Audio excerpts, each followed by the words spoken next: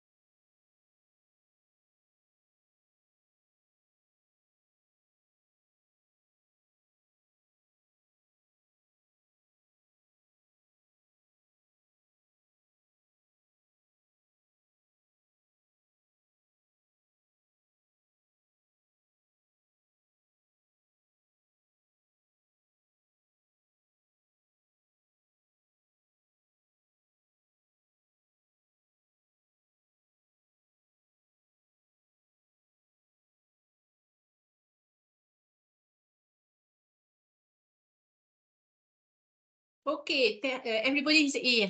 So good afternoon, because for you it's afternoon. Yeah, good afternoon, Cecil. Everybody is okay? Everyone is here. Okay, perfect. So this morning we will start with on dehors exercise.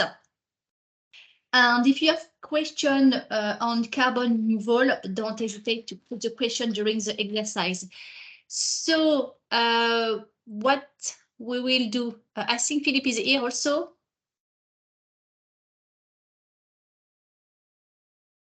Yes. Yes, So, I'm here. I had problem for connecting, but just on time, it's all right. okay, perfect. So what we will do is open on dehors as yesterday with the link I sent you. So I can. Yes, Punit? That's okay. I will share my screen. Okay, so you remember yesterday I sent you the link. So we will go.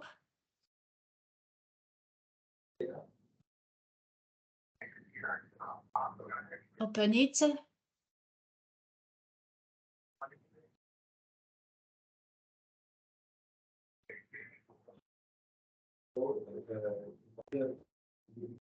Put in English. And we will open the file we saved yesterday. with primary treatment. I hope you save it. So you go to File, open a file, choose a file. So for me, it's in a download document. Yes, exercise 1. Open. Okay, I have my exercise. Unfortunately, we have to calculate again because it didn't keep the results. So we have to calculate, but everything is filled up, so it's not a problem. We can go to the next page, and it's the same. We have to calculate. And we have our first step, that it's primary treatment. So the exercise, if we go back to the presentation. So yesterday, we have finished with carbon removal, the design of carbon removal. And now we will do it on the earth. So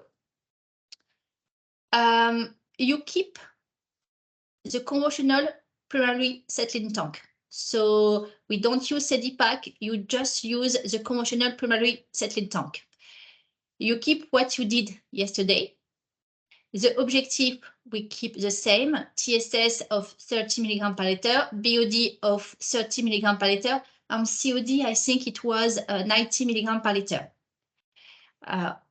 As it's just for carbon removal, we don't select nitrification in page WL1.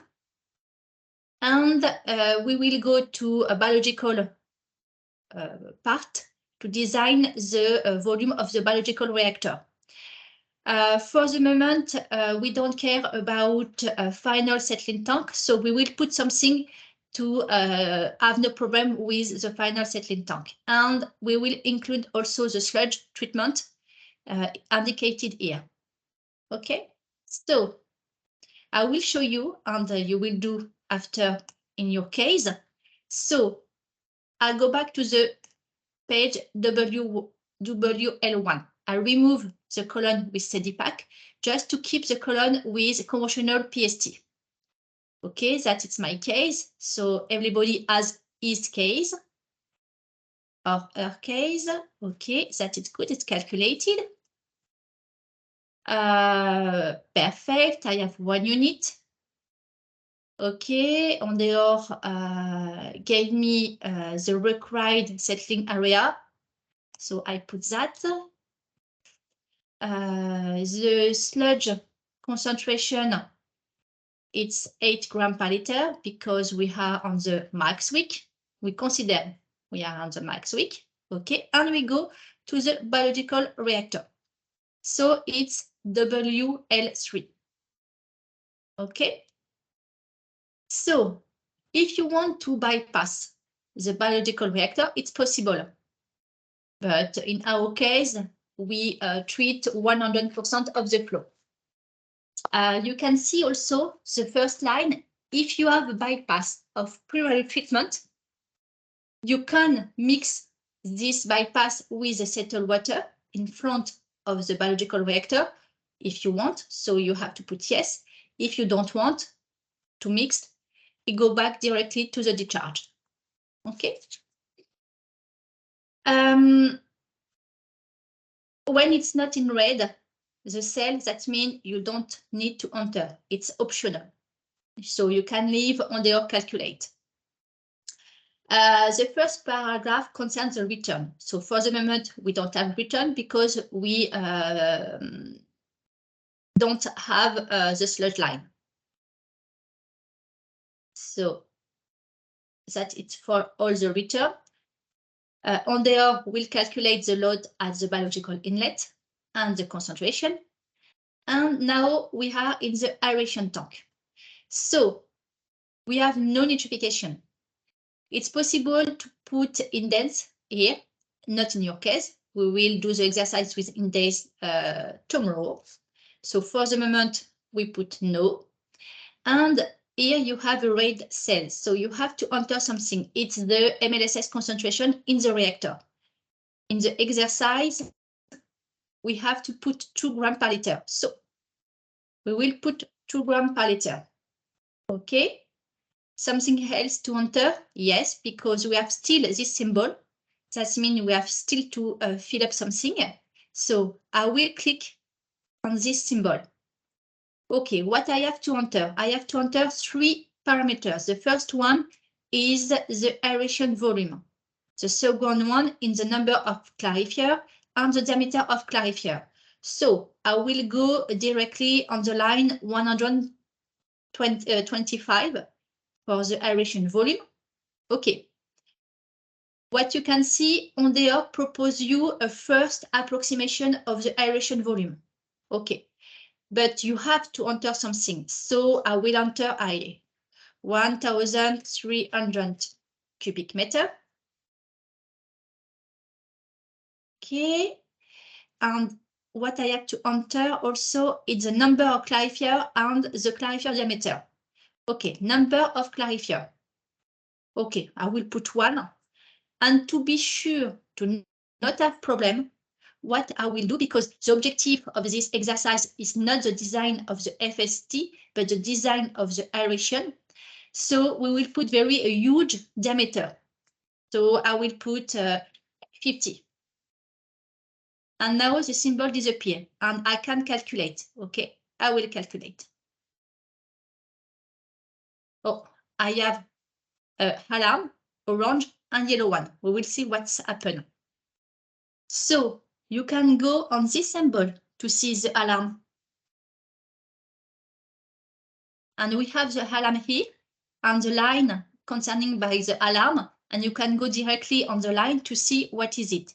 So we have a conventional PST, so that it's a primary treatment.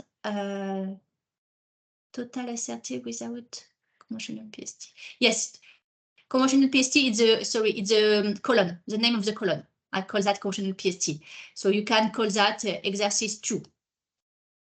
Total SRT, so I have a problem. I will click on it. Okay, so you can see my alarm is SRT too low. So I have to increase the volume or increase the MLSS concentration, but we keep 2 grams per liter. So we have to increase the volume.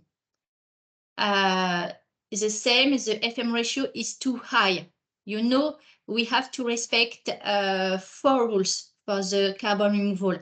So we don't respect some rules. So we have to jump the volume. Okay, so the objective of the exercise is to find the design you need to treat the carbon.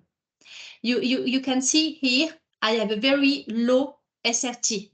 Lower, I'm supposed, yes, I have, that line 95 is the minimum SRT for high rate activated sludge.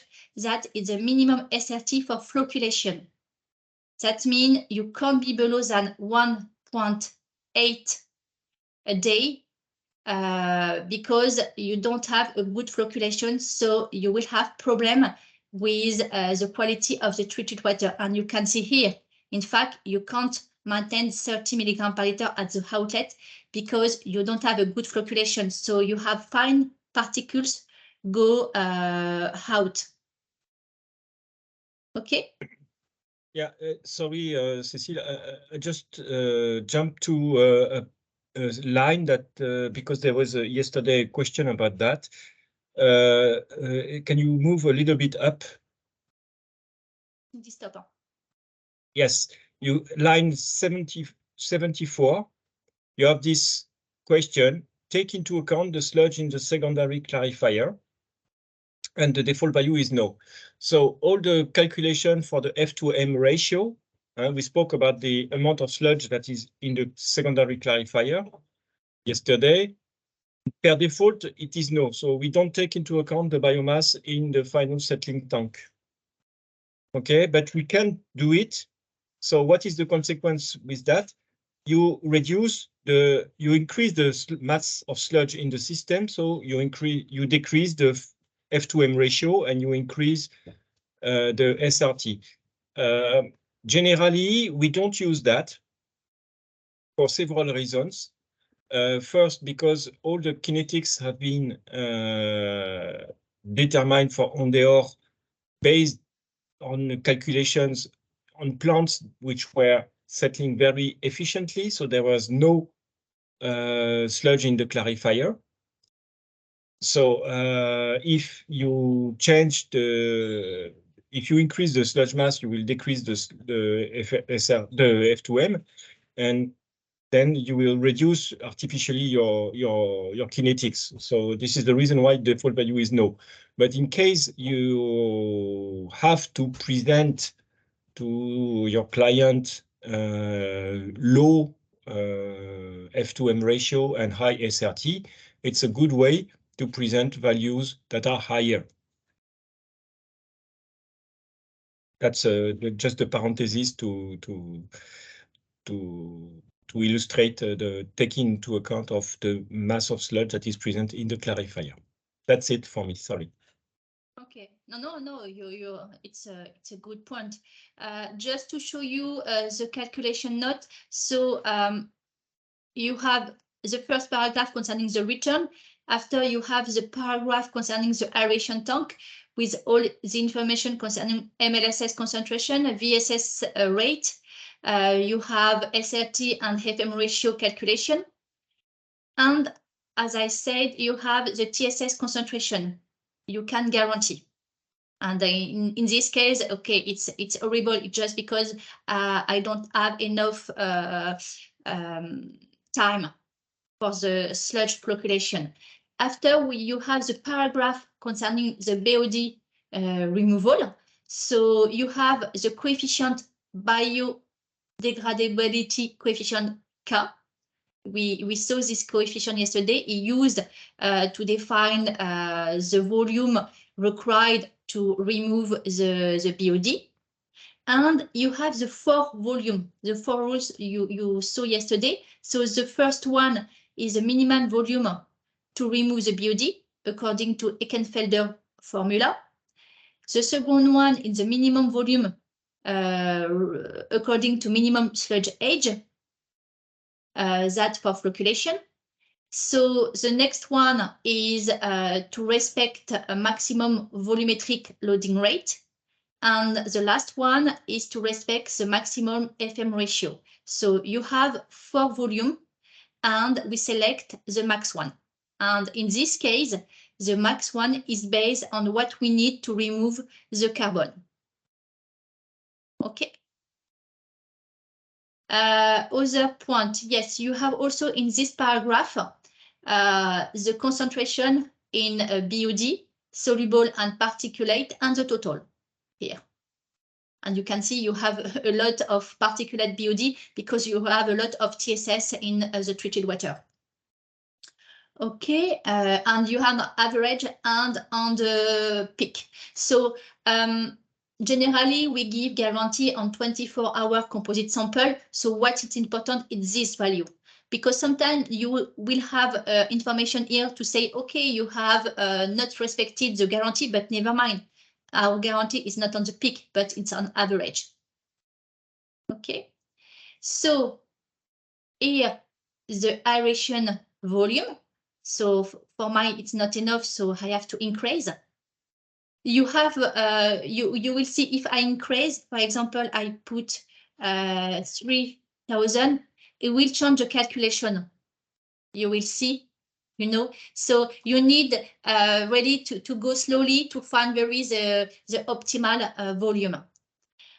You have nitrogen to be nitrified. In our case, it's not possible to nitrification. You have the information in the paragraph aeration volume. So if I go back up, I will try to go slowly. Yes, line 85, you have the type of activated sludge. So it's a high load activated sludge just for carbon removal. And in this case, nitrification is impossible. So you have the information here. Okay, and you can see I have increased the aeration volume, so now I can respect the 30 milligrams per liter of TSS in the treated water. So I continue. So paragraph BOD removal with the different volume, the BOD concentration, and nitrogen to nitrify. In our case, we don't need to nitrify in any way. In the page number WL1, we didn't put nitrogen guarantee. Okay, you Okay, have, yes? The total volume required was coming 42,000. So, and this aeration is 3,000. Oh, yes, you can optimize. What you have. Yes, you can optimize. I didn't optimize for the moment. I let you do that. I just show you the No, I mean, what calculation. is the difference? The 42,000 is the total volume of aeration plus anaerobic plus anoxic. Is it like that? Here? Okay, and 3,000 is only the aeration volume. Yes, just, and I will show you where you can have over all the volume. Okay. Okay, because in any way, I didn't select nitrification. So I don't have access to the nitrification volume. So in any way, in this case, you don't have the possibility to see anoxic volume. You know, you have here, we saw just aeration volume, DBO removal, and now we have the paragraph oxygen needs. Normally, before this paragraph, we have a paragraph for denitrification with the possibility to put anoxic volume, post-anoxic volume if required. So here we don't have in this case, but we will do exercise with nitrogen later. So the next paragraph is for oxygen needs. So in this paragraph, you will have all the information concerning oxygen requirement. So we will see that in detail later. Page WL4, what we have in this page. We have information concerning pee removal. So for this exercise, we don't have biological pee removal and we don't have coagulant dosing, so pee precipitation. But we will do exercise with that later. So you will have just pee removal by assimilation for biomass growth. Okay, and everything is indicated here, and you have the concentration of phosphorus in the outlet. Okay, and you have the paragraph bill volume. In this paragraph, you will have the summary of all the volume you have designed. So for this exercise, you have just the aerated volume, but if you select nitrification and denitrification, you will have the different volume, aerated volume, anoxic volume. If you have an oxidation ditch, you will have the complete volume of the oxidation ditch. If you have anaerobic volume, it's indicated also here. Okay, so this paragraph is where you will have all the volume. And you have one thing also important, it's this ratio, non-aerated volume on total volume. You have an alarm that for the moment it's 100% aerated, so no problem. But when we will do nitrogen removal, sometimes we need very huge denitrification zone. So the percentage of aerated volume will decrease. And we have an alarm to not have more than 60% of non-aerated volume. It's just to maintain a stable system to be sure to not have problem for settling. So for the moment, the alarm is 40% of minimum 40% of aerated biomass. But we will do in the future, research to see if it's possible to go lower. But for the moment, we have no information to have the possibility to go lower, to maintain a stable system. So we keep this alarm. now it's the paragraph concerning the sludge production. So in detail, you can see how is calculate the sludge production. So you remember what Philippe showed you yesterday. It was, no, I don't have here. So you know the different parameters, including in the sludge production, is indicated here. You have the mineral matter, the unbiodegradable organic matter, the organic matter from biomass degradation, the biomass production from carbon removal, the endogenous respiration, and the biomass production from nitrification. So here it's 0 because we don't have nitrification. Okay. If you have tertiary sludge injecting in the biological tank, it's indicated here. So we don't have tertiary treatment for the moment, so we have no information. The same, if you have a peri-removal, you have the sludge production from peri-removal indicated here. And if you have injection of external fat, it's also indicated here. So by default, it's 0. You have an alarm. It's just to say, okay, the calculation can be not very precise because we didn't do the sludge recirculation for the moment, the return from the sludge line. So that it's okay, it's just an indication. Okay, so you have the clarifier sludge recirculation. For that's for the FST design, so we don't have chemical sludge. He calculates the SVI here and all the information required for the design of FST. So I don't want to go in detail now on this because we have the dedicated training for that just after this exercise. Okay. So yes, for the pretty, I think it's you have a peak coefficient of 5. So perhaps you need 2 clarifier of 50 meter of diameter to be sure to not have hydraulic problem. Okay. Okay, I'll check when I'll just run the biological file. Yes, you put 2. You put 2 here. To be sure to be quiet with FST because really the exercise is not the FST. So we don't want to optimize the FST. We just want to optimize the aeration volume. Okay, so that it's enough for this page, WL4. WL5, it's for tertiary treatment. So we don't have tertiary treatment. So for the moment, it's not activated. WL6, that it's the summary for the treated water. So you have all the information for the treated water.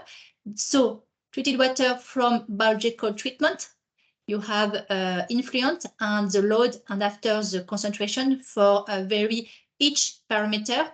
So it's very detailed because you have the total parameter, but also the soluble one.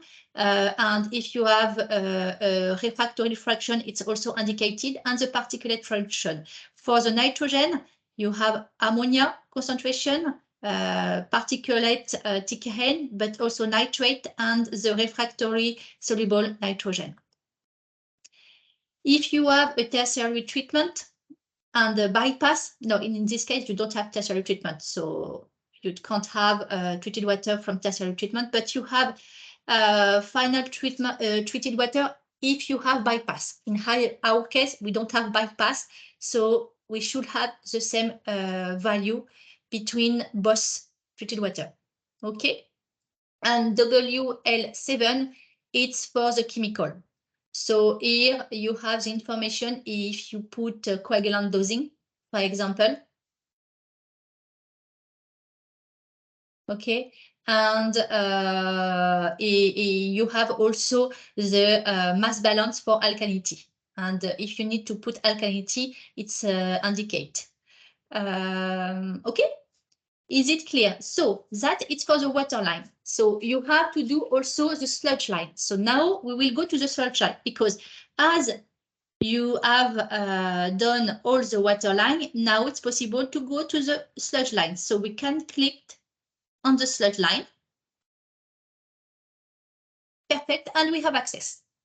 Perfect. So what we have to do is, if I go back, sludge line. So we have a primary treatment. So thickening for primary treatment. Yes, for primary treatment is gravity thickener. And for biological sludge is GDE. So we will go here, thickening, that is the first step, digestion, but in our case, we don't have digestion, dewatering, drying, and after we have the sludge production summarized here. So we don't have digestion and drying, just thickening and dewatering. Thickening, primary or combined sludge. So we have a primary and we have a gravity thickener. Okay, return in primary settling tank, that it's normal. And the storage retention time, we will put, I don't know if it's indicated here, digestion, no, it's not indicated, so we will put 2 hours. Okay. Usually we don't have any residence before the settling, before the thickening, because you enter directly from the primary settling tank to the storage. So the storage retention time is close to 0. You can have a look on the information here. Maybe it's something that is written. After the sludge has been thickened. Oh, sorry. So it's the storage tank after primary, after gravity thickening. Okay, so it's not before, it's after. Sorry. So I can put 2. Yeah, I can put 2. It's not a problem. So we will put 2. We will let Ondeor calculate the performance, but it's possible to enter our value. But we will let Ondeor calculate, so he will calculate and use the calculated value. Okay. Polymer, so for gravity thickener, it's no.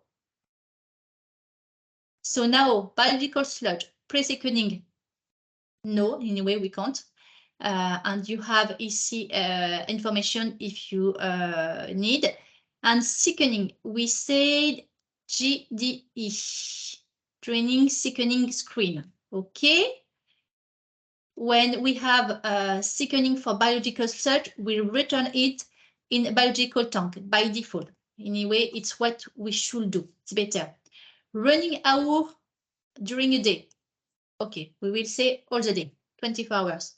Retention time, it's also after. Okay, we will put 2. Okay, and we will let Ondeor calculate the performance. Polymer, yes. By default, the polymer rate is 5. Okay, we will keep 5. We'll keep the value by default. Okay, and it's good. No digestion. Dewatering, I think we need dewatering. Yes, and by centrifuge. Okay. So we will select centrifuge. Return in primary treatment. By default, we keep that. Dewatering performance, we let Ondeor calculate. And operation time, so 7 days per week, 24 hours per day. And we need polymer. So in this context, we will put 10.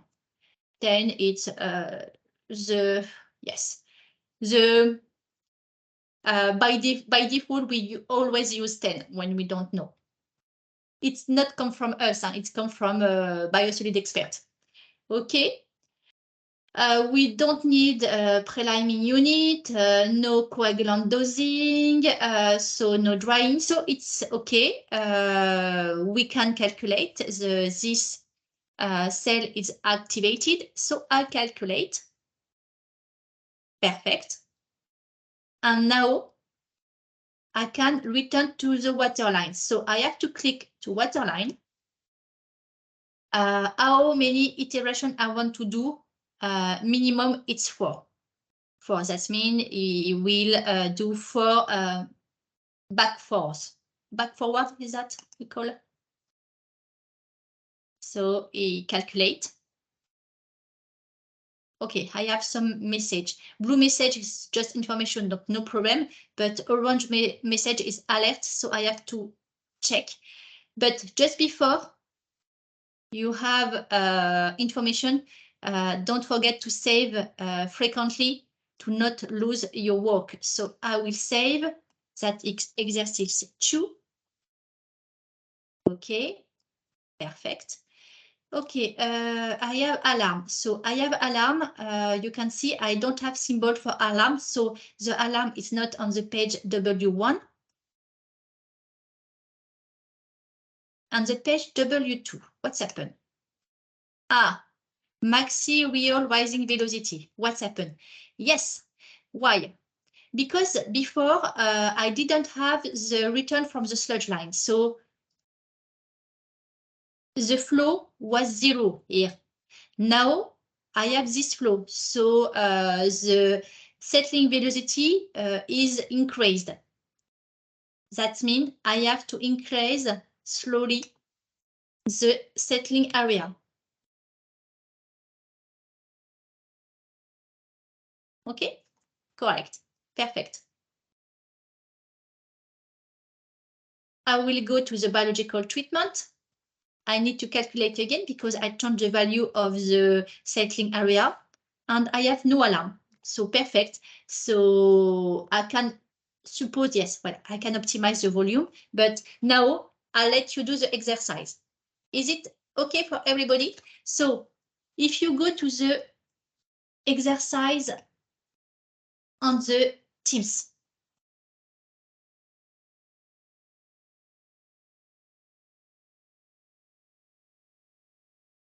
Their exercise, okay. Exercise 2 is here, design high-load activated sludge. So carbon removal, the objective is to achieve 30 milligram per liter of TSS and 30 milligram per liter of BOD. And with the MLSS concentration of 2 grams per liter, MLSS concentration is SA, but I will change just to be sure it's more clear. And okay, for conventional plume settling, everybody put 300 square meter to have the same surface. Okay, so for each case, you have to put volume of PST in any way. If you put 300, Philippe, what do you prefer? Everybody keep his surface calculated for exercise 1, or we put 300? No, basically what we try to have is a good removal of suspended solids. So we will put the 300 square meter for everyone, and the depth of the primary settling tank is 3 meters. So it's easy to calculate the volume for everyone. It's 900 cubic meter. Okay. 900 for everybody. And yes, and we will just record the consecutive with this area, the different performances of the primary settling tank. Okay, so you have the PST performance. It's perhaps not clear. It's just TSS, total TSS removal, and just below you put the settable TSS removal. The percentage of settable, yes, it's not. The percentage of settable TSS is in the water line 1. It's what is set in the typology section. It's not indicated below.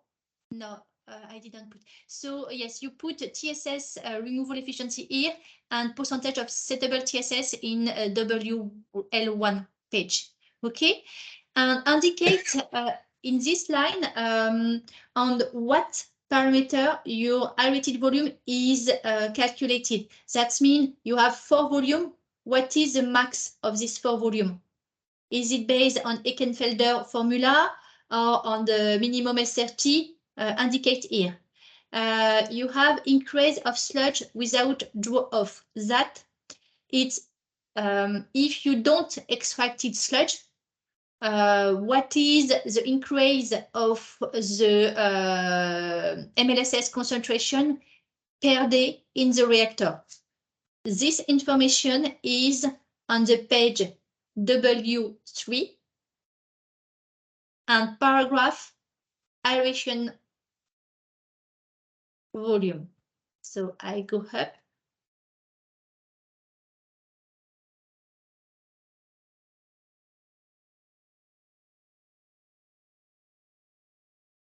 Yes, aeration tank, and you go the last line, 92 increase of sludge concentration without draw off gram per liter per day. That means if you don't extract it during one day, you will increase your MLSS concentration by plus 0.46 gram per liter. So instead of to be at 2 gram per liter, you will be at 2.46 gram per liter the next day if you don't extract the sludge. Okay. And start water line. Yes, that's a question. Can we start the water line before the sludge line is ready to start? Okay. So if it's okay for everybody, I'll let you do the exercise. Cecil, what we need to put in percentage settleable TSS? Removal efficiency of TSS. Yes. No, it's the PST performance is the removal of TSS that is done by the global TSS removal, and the settleable TSS represent just the typology. What is settleable?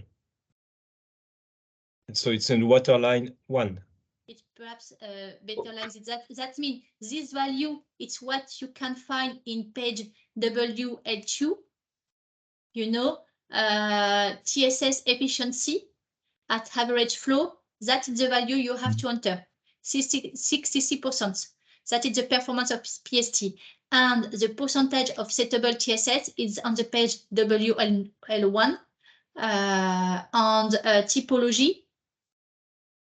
For water typology, you have settable TSS 69%.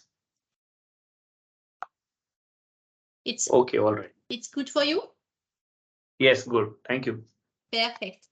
So don't hesitate. If you want to share your screen to help you, you can.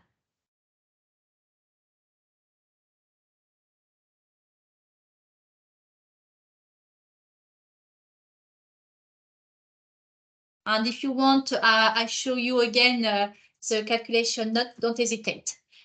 Okay, so I'll let you a few minutes, 10 minutes to do the exercise. Is it okay for you?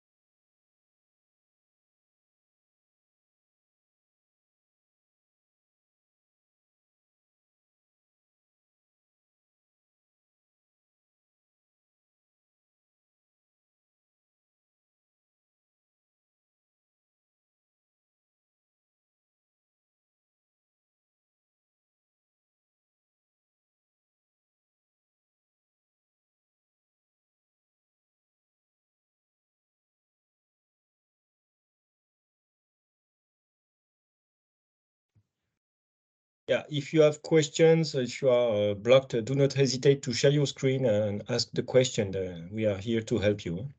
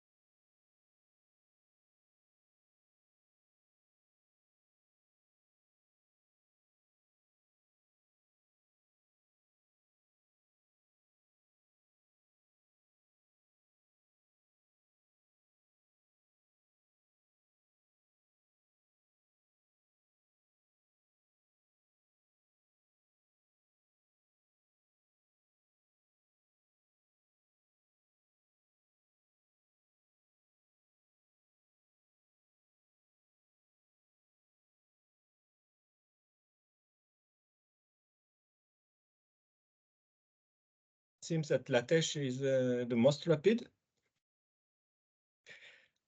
to fill in the table. Congratulations. Philip, I'm just a little confused with this.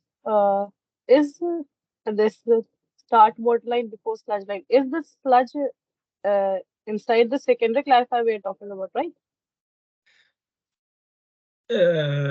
By default, the value is, as I said, no. So the sludge in the secondary settling tank is not taken into account.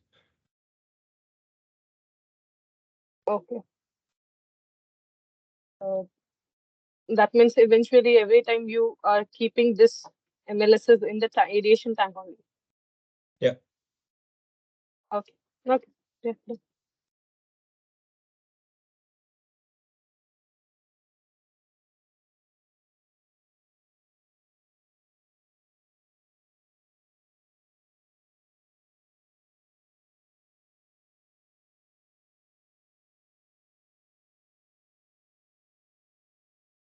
So LaTeX, you are rapid, but you have a huge volume compared to Sumiamoy. Yes, my actual volume was coming out something. Just give me a second. Check. Minimum volume that is required is 2668 in my case. 2668. Selected Yes, but you put 3100. Is that right? yes, the reason is because I have the COD at my outlet if I'm decreasing it beyond this value. I don't understand what COD has to deal with that. Can you share your screen? Like, yeah, sure.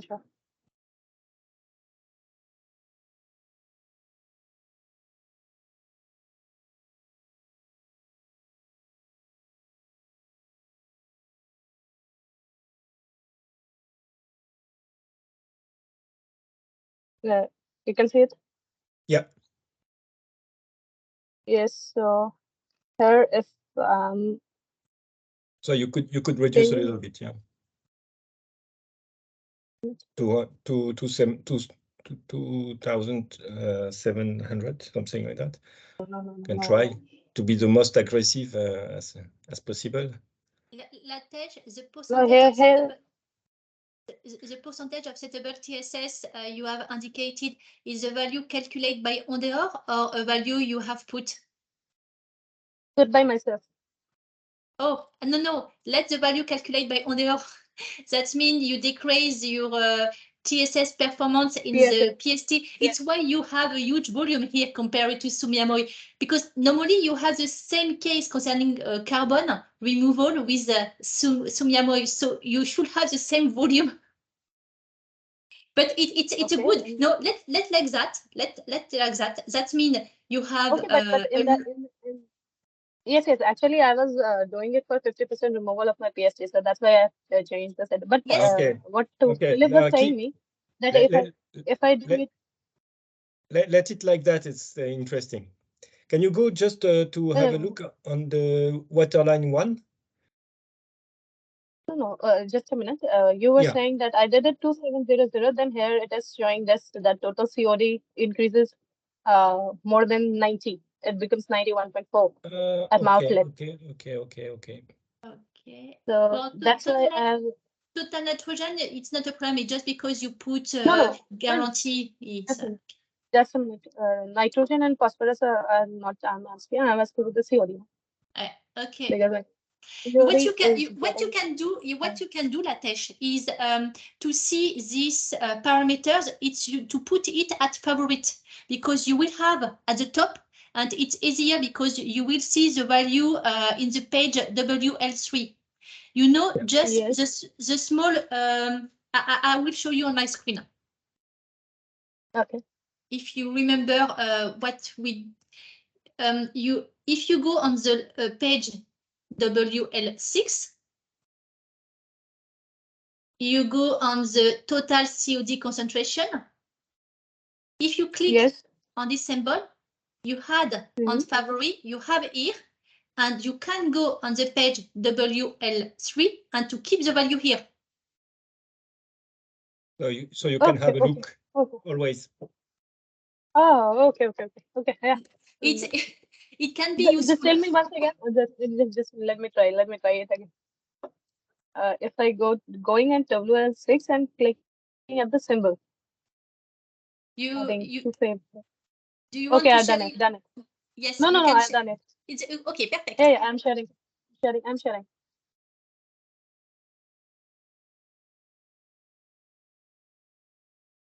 Yeah, I got it. Perfect. So this was the reason why I have increased Yes, I understand. that's It was why it was good thing. Sorry. 3100. So Okay.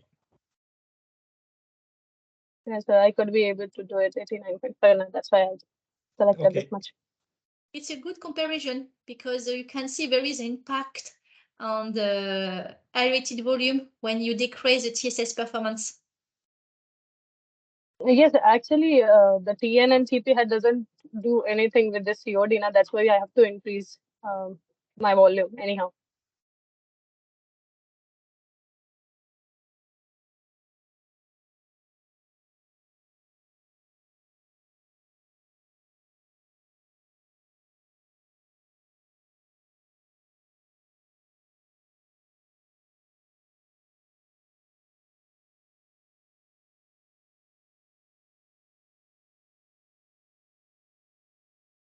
So it's okay for everybody.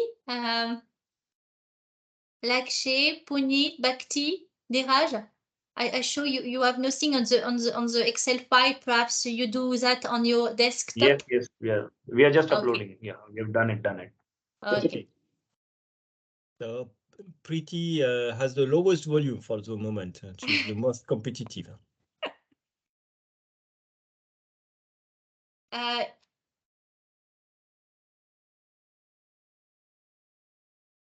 Actually, Yes. my volume is coming even lesser than this. It's 894 only. Mm-hmm. Can you share your screen? Yeah, just a sec. And I'm facing.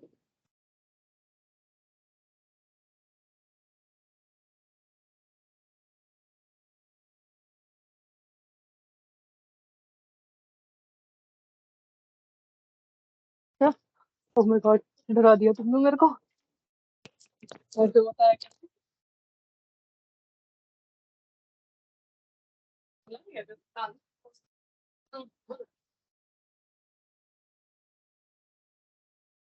Yeah. Yes, you could go down to 894. Yeah, exactly. But you have an orange alert. Yeah, this is the hydraulic retention of wet weather peak flow. Yeah. Yes. It's too low, I think. Yeah, there is a you see that your residence time is 0.5 hours. 0.5 hours, yes. And so this may be a problem because the residence time is very low. Actually, it's the peak flow. When the peak flow is sometimes maybe it's acceptable to have this. If it's every day or something like that, or during one day, then it will be if the duration of the peak flow is very long, then it maybe could be a problem for the guarantee. Okay, and you choose an higher volume, huh? Is that right? 100. Yeah, I opted 1300 instead of 894. Okay. And why did you choose such a higher volume? Previously, it was showing 1200 at the time I was doing it. So okay. I opted this, but when I rerun the calculation, it shows 894. Okay, so you can do it again, 900, for example. If you put 900.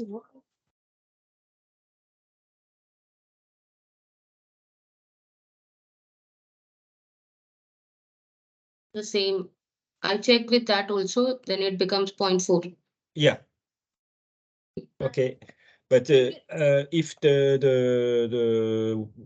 wet weather flow, you have a very big peak wet weather flow peak. Yes. And Yes. in that sense, you are a little bit unlucky. So if the duration of the peak flow is very high and significant, then you may have trouble. Yes. So yeah, it's something in between. But you were having the slowest volume, the lowest volume of The all, lowest and then volume. you can be more aggressive to be with the 900. You are at 12 degrees Celsius, pretty? Yes.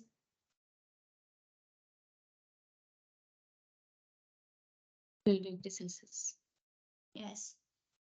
It's just your volume is very low compared to other people, and the only difference it's just the peak hydraulic flow. So I'm just surprised, and in terms of performance at the outlet of the biological reactor is 30 milligram per liter of TSS BOD and 90 in COD.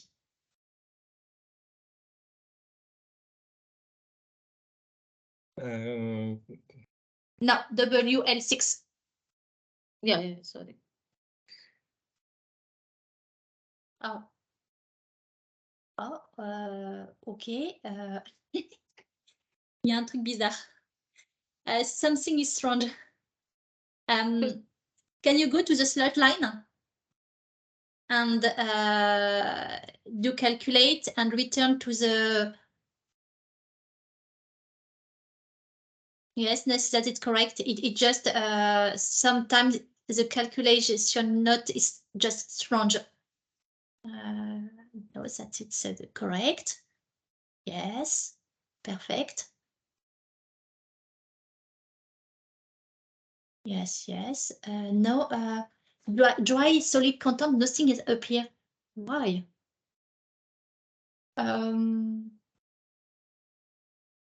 Philippe, did you already see that? It's wrong. So put something for the dry weather. We will put. Let me check what I have.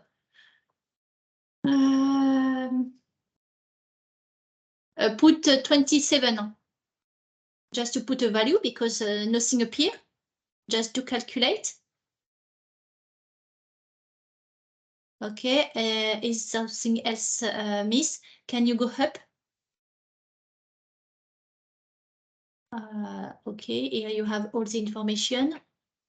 Here it's accuracy. Again, go up. Okay, go on the water line.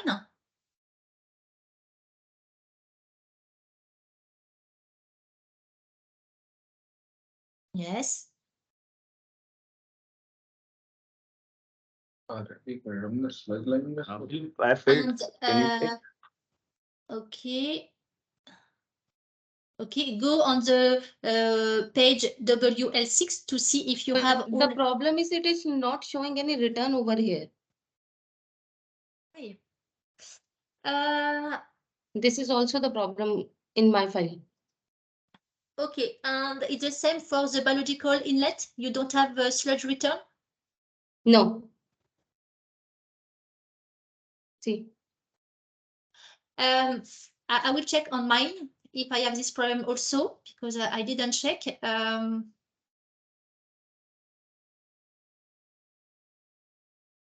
No, I have the return.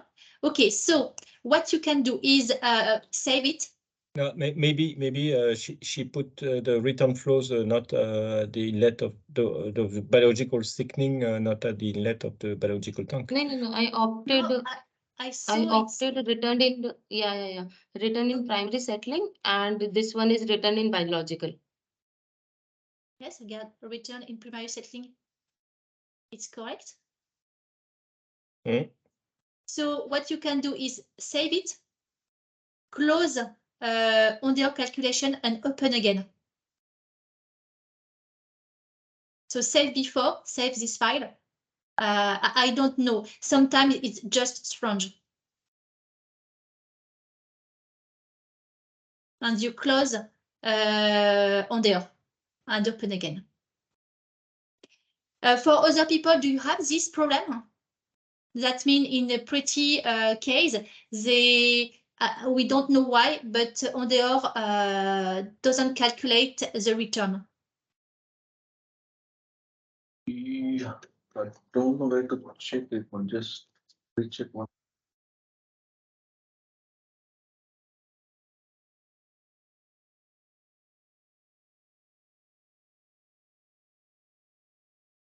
Okay, we cross the finger.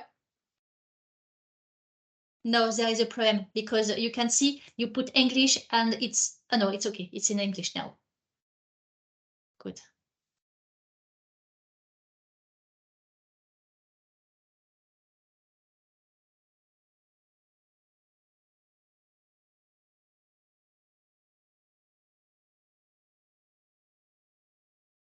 Okay, correct. So you have to calculate all the sheets. Go to sludge line, calculate, and go back to waterline. Check before going to a slot line. Check in sheet WL6 if you have all the concentration for all parameter. Never mind. Don't care about that for the moment. Just go On to 6? yes, 6. Okay, that is good. You have all the information because before you didn't have. Now go to sludge line. Calculate.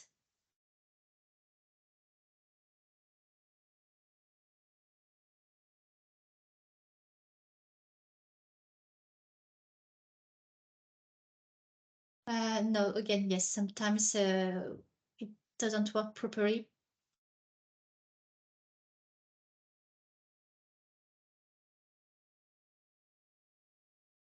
Okay, good. Now you have all the value, so it should be okay. You can go to waterline.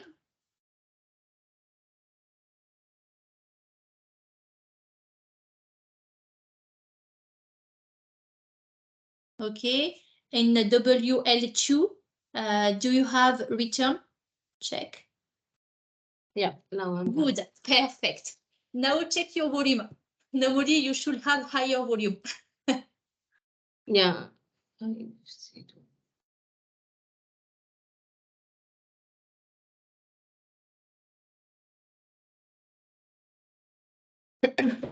You put a very high area of the primary settling tank of 500. Yeah, actually, as per the calculation, 503.9. Yeah. Okay. Previous it was 500, but now with all the returns, it's become 503.9. Yes, but in So the now- exercise, we decided to put 300 for everyone. So 300, just, yeah. Yes, but she has So, a but in this file, I can change 300. I have to keep it the same. but she has a peak hydraulic factor of 5. Okay, so she will put the in the Excel file the right value. So I have to update as per the on your only na in the Excel file, the higher volume, or should I keep it 900 only like others? No, you do calculate for this. You will Okay. see do calculate, and normally you should have roughly the same aerated volume as sodium oil. So try 1,300. It seems that Sumiamoy is the reference. Huh? No, it's because the case it's roughly the same for carbon removal. Not again. So try 2,000.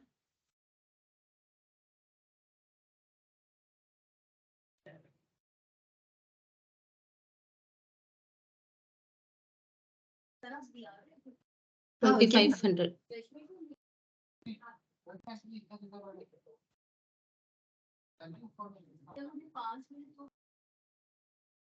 Okay, so anyway, it's higher than the 900.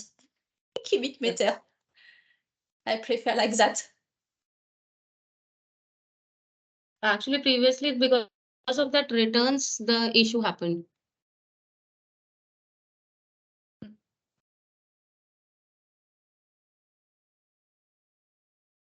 Perfect. So what is COD? It's okay.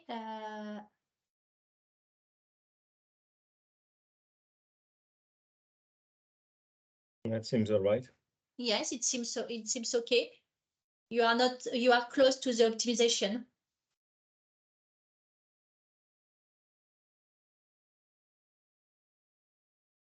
So perfect. We have everybody.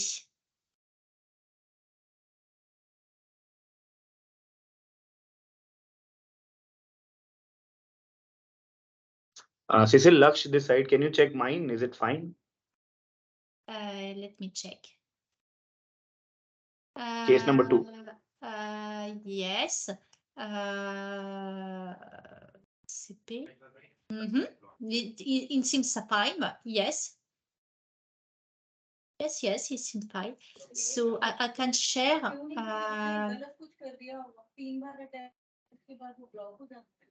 So you can see, except Pretty, she has put 505 square meter for the primary settled tank because she has a very huge hydraulic peak coefficient. You have 100 square meter for the PST. LaTeX changed the percentage of settable TSS to 55%. And you can see, so the TSS removal is lower than the others. And the impact on the aerated volume, it's huge. What you can't remove in primary treatment, you will have it on the biological treatment, and you have to increase the biological treatment.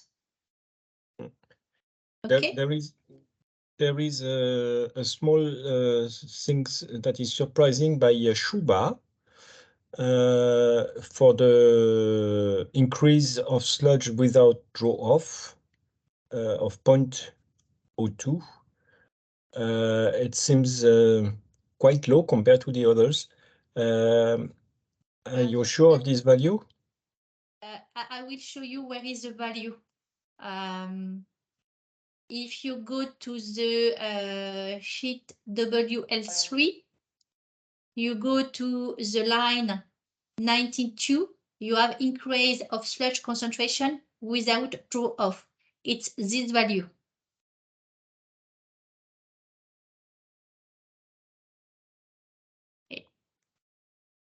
Is it okay, Shuba? You should be around 0.4, 0.5.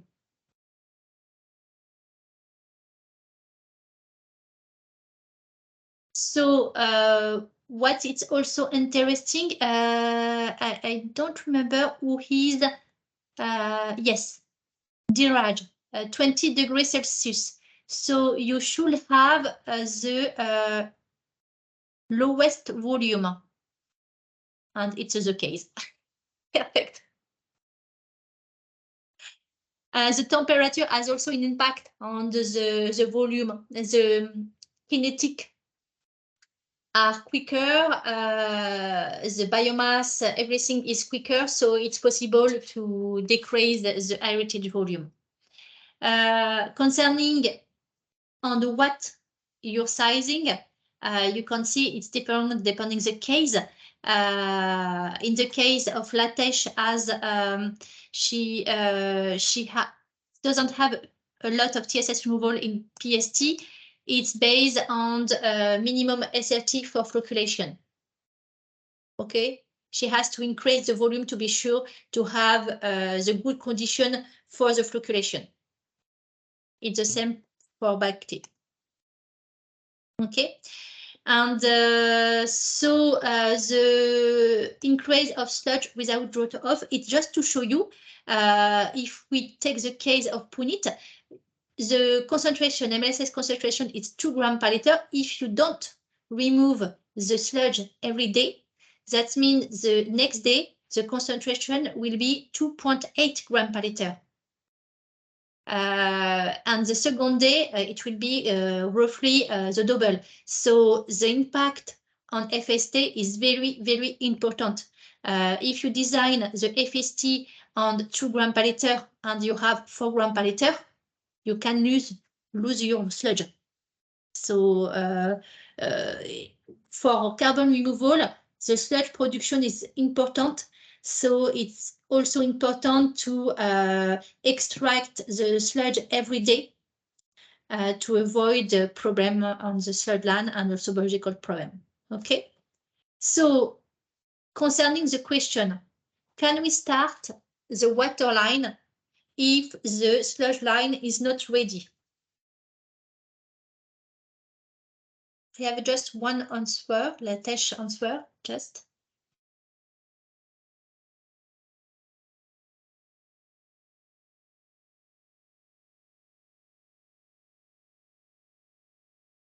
I mean, you are talking in terms of calculation. Can we do the calculation of water line before sludge line?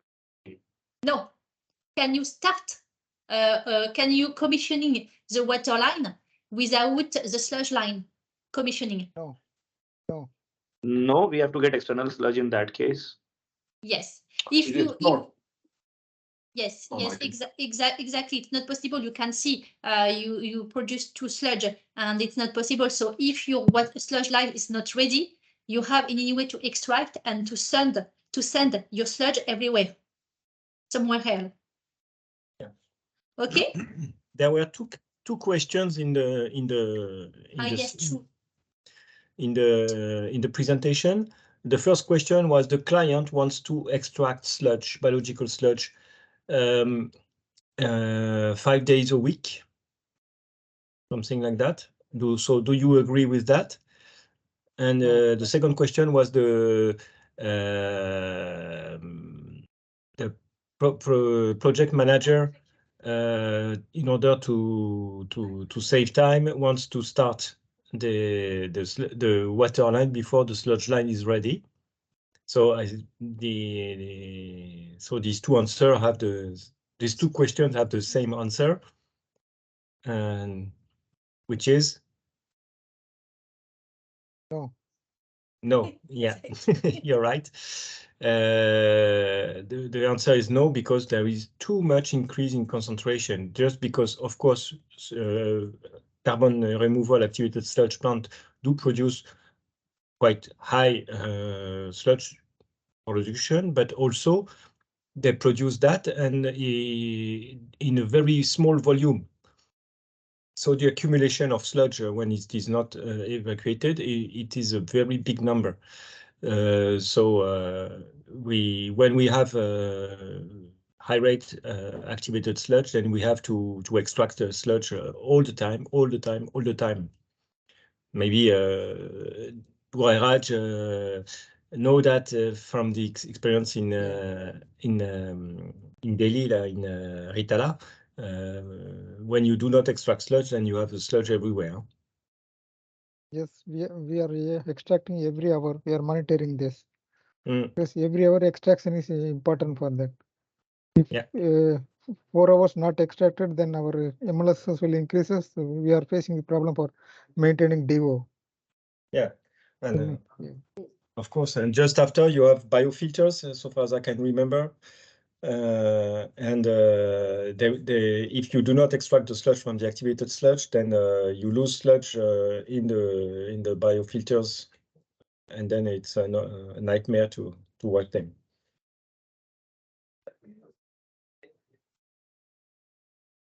Okay, so congratulations to everyone. Congratulations, especially for Dhiraj, who's got the lowest volume of everyone. So you should take example from him in the future.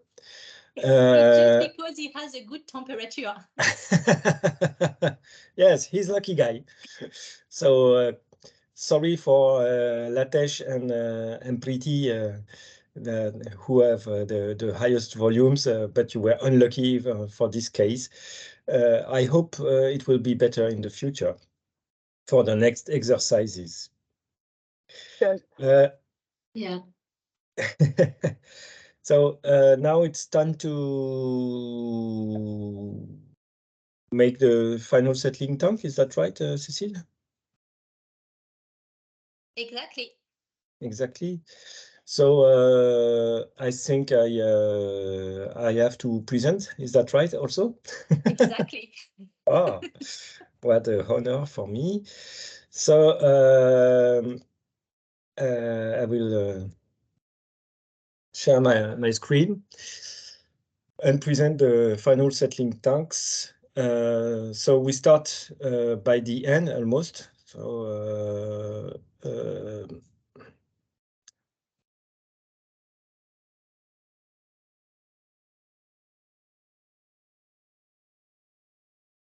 okay, it's all right.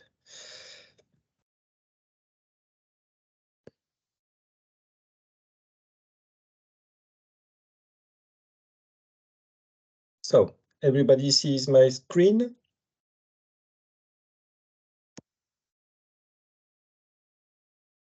Yes? Yes, it's good. Okay.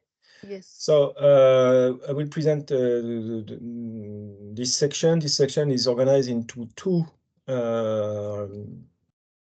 parts: the design on one side, the process, and the technologies that we can use for the secondary clarification. The design, there is a double objective of the clarifier. First is Please, to, yes, I'm not able to see your screen. Yeah. Now I can see. It's all right. You can see. Yeah, okay. It's Now okay. I can Okay. see. Okay. Okay. So there is a double objective for the clarifier. The first one is obviously to separate the sludge from the treated water here. And the second is to recycle back the sludge collected at the bottom of the clarifier back to the aeration tank with the recirculation flow. So what we have to keep in mind is that the design parameters which are important for the sizing is the MLSS, so the concentration in the aeration tank, the SVI, so it is the sludge settleability. Actually, it's the DSVI that we use for the sizing, the diluted sludge volume index. When you multiply the MLSS by the sludge volume index, you have the corrected volume.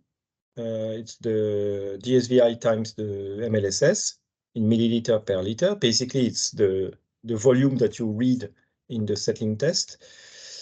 We'll see that. The sludge concentration in the recirculation, in the RAS. So, of course, you have all the flux that is coming in is coming out, so the concentration of sludge will be higher. The recycling rate is the ratio between the recirculation flow and the wastewater flow. The upflow velocity, V-ask, is the rising velocity here, upflow velocity of the treated water. And the surface mass loading rate, so the number of kilograms per square meter of clarifier and per hour. So the flux of sludge that is going here in the clarifier divided by the area of the clarifier. So it's kilogram per hour of sludge per square meter of clarifier. And the concentration of sludge in the average of the sludge bed here, you will have an average concentration, and which will help you in calculating the height of the sludge bed in the clarifier. And one important thing is the thickening time of sludge. So how long the sludge is spending to come from the sludge concentration initial, what was in the aeration tank, to increase the concentration up to reaching the sludge concentration in the recirculation.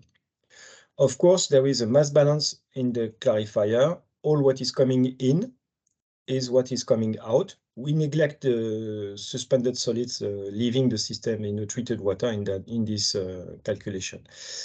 And When we look at all these parameters, I would say the sludge volume loading rate is the sizing parameter. It's the multiplication of the flow times the MLSS times the SVI divided by the square meter of the final settling tank.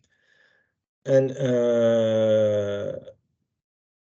due to the, no, sorry, it's not divided here. The last term is not good, but it's the flow times the sludge concentration times the SVI. And then the area of the clarifier is rising linearly, and the depth is also rising when you increase the flow, or when you increase the concentration, or when you increase the SVI. The depth is not rising from 0 because there is a minimal depth, whatever, fixed at 3 meters. So this is general overview of the principle of the clarifier. Then we will see the different items. The SVI, the sludge settleability, is a classical measurement. So we have the two measurements, the SVI and the DSVI, the diluted sludge volume index. Basically, what we do is we take a vessel of 1 liter cylindrical vessel, and we put the sludge directly in it, wait 30 minutes, and measure the volume of sludge after 30 minutes. This is the V30, the volume after 30 minutes. And for the SVI or DSVI, we divide the volume after 30 minutes by the sludge concentration initially present in the cylinder. When the sludge volume is high after 30 minutes, so higher than 500, then the sludge is settling bad, but we don't know, maybe it's because of the high concentration. So we dilute 4 times the SVI, and we measure that, because in that case, we are quite sure that the sludge concentration is not the problem with the settling. It may be the pure intrinsic settleability of sludge. So we use this DSVI with a diluted sludge volume index. So the values classical that we find in wastewater treatment plant, and they are linked with the filamentous bacteria. If you have a very good settleability, so we have flocks, small, some filaments, but not a problem. You have quite dense flock. This is very good settling. The DSVI from 100 to 200, it's, I would say, good settleability, or yes, to 150, it's good settleability. Higher than 150, and then it comes a little bit critical. So you can see that there are flocks, but there are still filaments. Higher than that, the filaments start to make bridges between the flocks, and this acts just like a parachute to the flocks that do not settle anymore, or much less. And if you have a DSVI higher than 300, then it's the spaghetti plate. Sludge does not settle at all. You have sludge loss, bulking, foaming, and so on. So we try to keep as much as possible the SVI as an operator to very low values. The choice for the DSVI in the design, because we don't know the plant, so we don't know how the sludge will be settling. So based on our experience, we have a baseline, and from the baseline, as a function of different criteria, we will increase or decrease the baseline SVI. The DSVI for when you do nitrification is 150. When you do carbon removal, which was just your case with primary settling tank, then it was it is between 150 and 180, so it's higher because the sludge is not so much flocculated than nitrifying sludge. And when you do carbon removal without primary settling tank, which is very rare, we do not do that anymore, except in Ritala. Except in Ritala, and in some places in Mexico also we did that in the past, but now it's never done. The SVI is very low, just because you are just it's something like aerated primary sludge that you have in your system, so the settling is better. If the temperature is higher than 20 degrees, this is what we observed, then it helps considerably the sludge to settle. So we decrease by 10 units the DSVI when the temperature is high. The aeration with surface turbines like Actirotor and with no mixer, then this is very, very bad for the SVI. So we take a safety, or we take into account this bad impact of surface aerators on the SVI by raising by 20 units the SVI. And if we have a presence of chemical sludge in the activated sludge, then the presence of chemical sludge from ferric chloride or from aluminum sulfate, this makes the sludge heavier and helps in the settling capacity. So when we have in addition of ferric chloride, we reduce the baseline by 20. So supposing you are very lucky, like Diraj always, 20 degrees, so from 150, he will decrease by 10 and by 20, because he will add some reagents. So he will have the lowest SVI, so 120. Chemical sludge may come from simultaneous phosphorus removal or from coagulant dosing in tertiary treatment, and when you return the tertiary sludge directly in the biological tanks also. This is for the SVI. I hope it is clear for you. Now the sludge recirculation. And there we have to do a focus on that, because in ONDEOR you will see the default value is a fixed recirculation flow. So it's mainly concerning the suction type clarifiers, but we'll see that with the technological part afterwards. So this kind of suction final settling tanks do have a fixed recirculation flow. So the recirculation flow is fixed, whatever the raw wastewater flow rate is. So as a consequence, for very low inlet flows, you will have a high recirculation rate, so up to 300 sometimes. Okay, and so the flow will be always the same and calibrated on the maximal raw wastewater flow. So it will be 75% of recirculation rate at the maximal flow.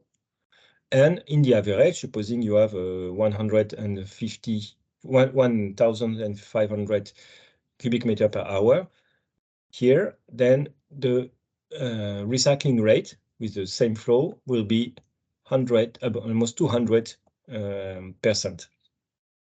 So this is the consequence, that your recirculation rate will not be always the same, whatever the flow is. And this has an impact on the sludge concentration in the recirculation, of course, because with a very high recycling flow, the sludge concentration in the recirculation will be not so huge. It will be very low, and then the sludge treatment train will have more flow to treat. The other possibility is to have the proportional recirculation. So generally for scraped final settling tank, then it works like that. So you have the recycling rate is proportional, so the recycling rate is fixed, and the recirculation flow is proportional to the wastewater flow rate. So in that sense, you will have almost a constant recirculation rate in most of the range.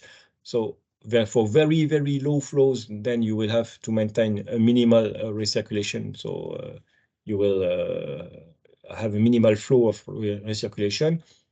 And for the max flow with peak wet weather, we limit also the flow up to 50, for example, 75%. So we have the choice between both in Ondeor, and we have to make this choice as a function of the technology of final settling tank you chose. There is a possibility now with a suction final settling tank to be proportional with the product that is called GreenBAS Flex Flow. And I will try to explain a little bit this later on. So, Philip, just I have one question in this conventional clarifier. Do we have an option to select this proportional flow recycle in yes, the conventional clarifier? Yes, you have the proper possibility to select. You have the choice. The default value, because a lot of errors in the past came from that, the default values is fixed recirculation. Okay, it's the worst case. This is the good case. Okay, and you have the choice in Ondeor, making the choice. And if you have the default value, you put proportional recirculation, then you have a warning saying to you, please check that the technology you use allows you to do the recirculation proportional. Okay. So for the design, we use the rules described in the German standards ATV from 2000. And the principle of this is to determine the surface required at max hourly flow rate, and also the average depth of the clarifier. So if you have a clarifier with a slope, this average depth corresponds to the depth at 2/3 of the radius. It's just a geometric consequence. So basically, the average depth of the clarifier is the volume of the clarifier divided by the surface of the clarifier. The guidelines in ATV is at the maximum flow to have the velocity, the upflow velocity is corresponding to 500 divided by the corrected volume, so the SVI times the sludge concentration MLSS. So this is the max upflow velocity at max flow, which is the brownish curve here. So if you have, for example, 4 grams per liter and SVI of 100, that's a virtual case. If you have, 5 grams per liter and 100 as SVI, so it makes 500 here. So 500 divided by 500, you are at 1 meter per hour. Okay, so if the SVI is higher, then you will have to reduce the upflow velocity, so increase the size of the clarifier. And if you increase the sludge concentration, you will have to also increase the area of the clarifier. So this is for the surface. Now we have to determine the height of the clarifier. and the height of the clarifier is the sum of 4 heights, H1, H2, H3, H4. And if we do a cut in a clarifier, so it's a circular clarifier. Here you have the other part of the diameter on the left-hand side. So we have the H1, which is the clear water and return flow zone. So the sludge is coming here in the center, goes here, and here you have the clear water zone. It's where basically where the weirs are present. So it's 0.5 meters. Then we have the H2 height, which is the separation and return flow zone. It is where the sludge coming in up is going up, and here it separates between the treated water and the sludge. This height is 0.5 times the upflow velocity 1 times 1 plus the recirculation rate. So it's globally the upflow velocity taking into account both the flow of the recirculation and the flow of the water. And you divide that by 1 time minus the MLSS times the SVI, so the corrected volume divided by 1000. So this is one thing, and the third height is the storage zone. So as you probably know, when you have a peak flow, then the sludge is pushed from the aeration tank to the final settling tank, and it takes a little while in order to recirculate all the things. So there is a moving of the mass of sludge. So when you have low flow, most of the sludge is in the aeration tank. There is always most of the sludge is in the aeration tank, but when it rains, the equilibrium between the mass of sludge in the clarifier and the mass of sludge in the tanks is changed. And when it rains, there is a lot of flow. There is a displacement of the mass of sludge in the clarifier, and you have less mass in the tanks. So to be able to manage this displacement of mass of sludge in the clarifier, we have this H3. So this zone here will be able to store 30% of the concentration of the tanks in this zone. So when it rains, you will have the sludge bed, for example, it is here, and when it rains, then you will raise the sludge bed up to this height, and you will be still under the separation zone. So it's a good way to manage this. And the fourth zone, it's the sludge bed zone. So this is where the thickening and sludge removal zone occurs.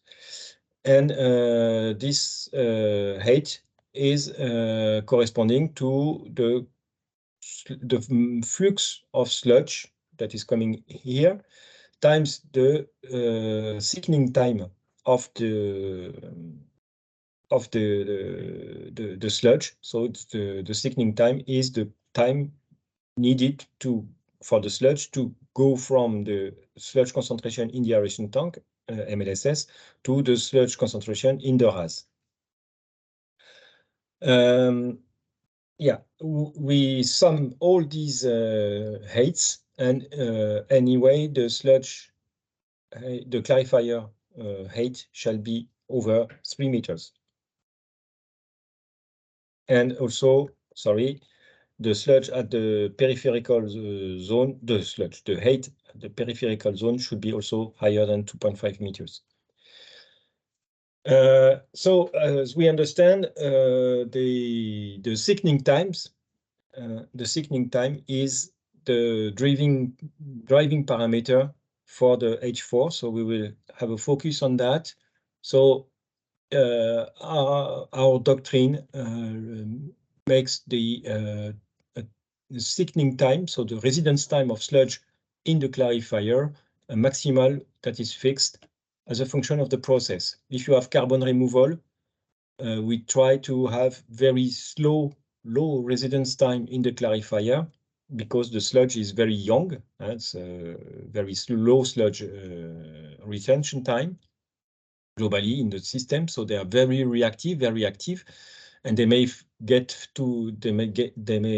fermenting very rapidly in the clarifier where there is no oxygen. So we try to remove as fast as possible the sludge from this clarifier. So we limit the average residence time and peak residence time very low. For nitrification only, so it's something that we do not do usually. I don't have any plant in mind where we do that. The sludge residence time is even lower at peak, especially also because there is a risk of flotation due to denitrification in the clarifier. And most of the case here is nitrification, denitrification, and there we limit the residence time of sludge in the clarifier to 2 hours and 1.5 hours in the average.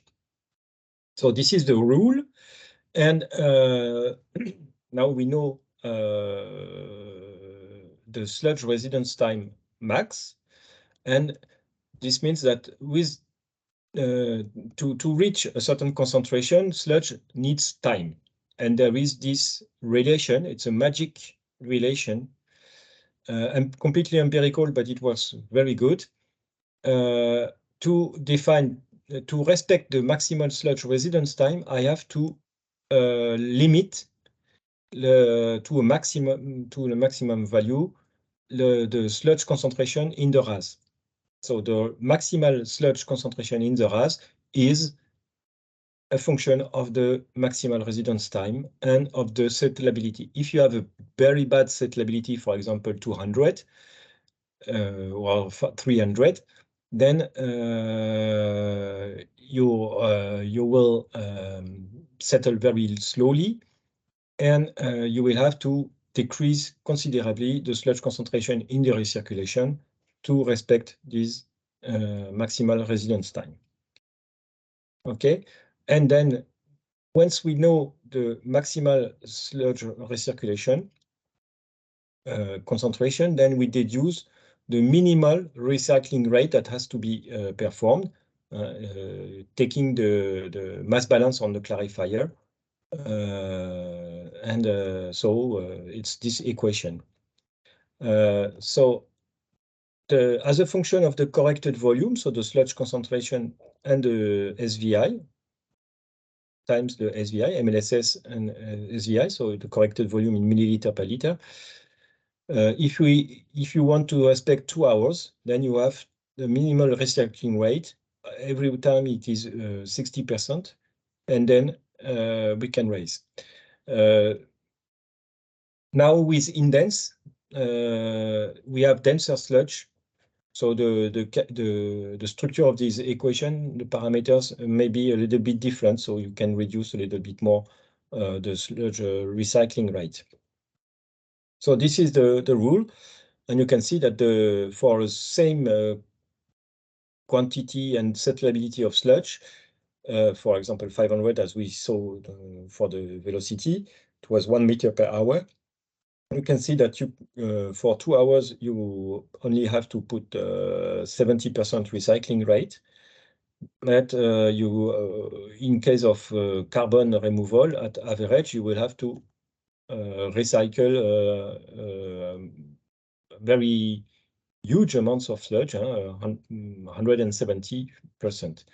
So usually we work with corrected volumes less for high rate activated sludge. This is the reason why we reduced in the preceding exercise the sludge concentration to 2 grams per liter in order to have something like 100% recycling rate.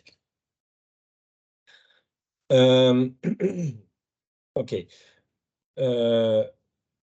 In ONDEOR, ONDEOR you propose you a minimal recycling flow, but you are able to change this flow and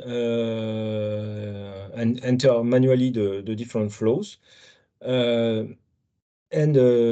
Once you select a real recycling rate, a recycling flow at the different hydraulic regimes, then it recalculates a recycling rate at the different flow regime, and then it recalculates the sludge concentration in the RAS and the real residence time of sludge in the clarifier.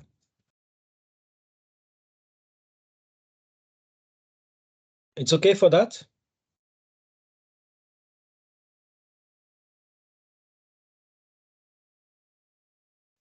Okay. Now, so we know here the recycling rate, but we don't know we know the residence time, we know the recycling rate, we know the sludge concentration in the RAS, so we know the H4.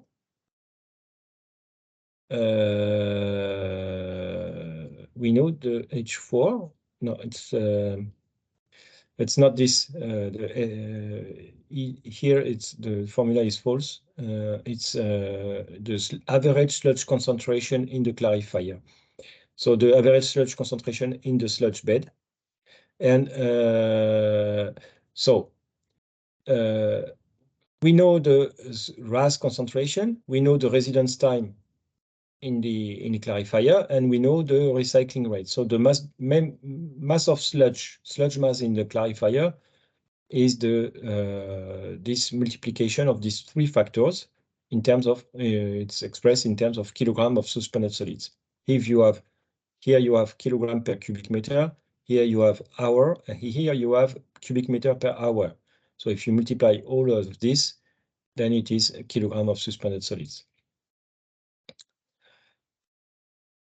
So you have the mass of sludge that is in the clarifier, the average suspended solids concentration in the sludge blanket is a magic formula, another one. It's 2 times the sludge concentration in the RAS plus 1 time the sludge concentration in the tanks, the MLSS, divided by 3. And this formula works perfectly well in order to predict the sludge blanket in this final settling tank. And then with this, you can determine the volume of the sludge bed, because you have the mass of sludge in the clarifier in kilograms. You have the average concentration in kilogram per cubic meter.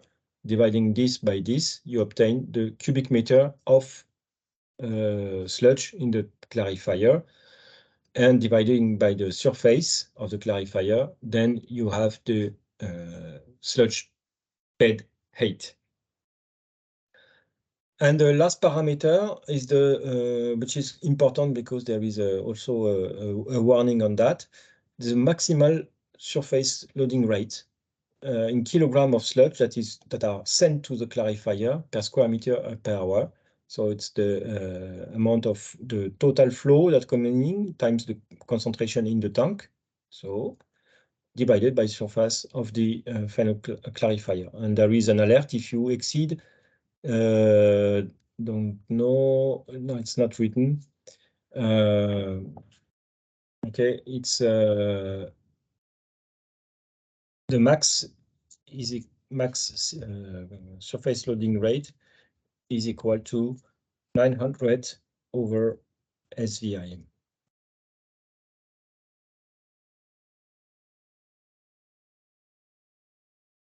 Okay, so you may find an alert if your design exceeds this value.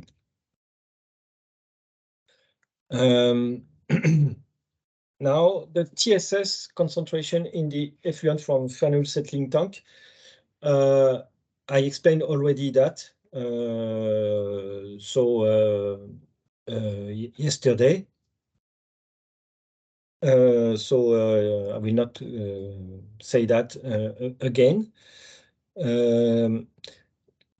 What is important to mention is that the ITV guidelines have been developed in order to be able to guarantee less than 20 milligrams per liter of TSS in treated water on 95 percentile compliance basis. Okay, so the way we design final settling tanks, you are sure that you will have less than 20 in 95 percentile and 20 in yearly average. So the design of the final settling tank is really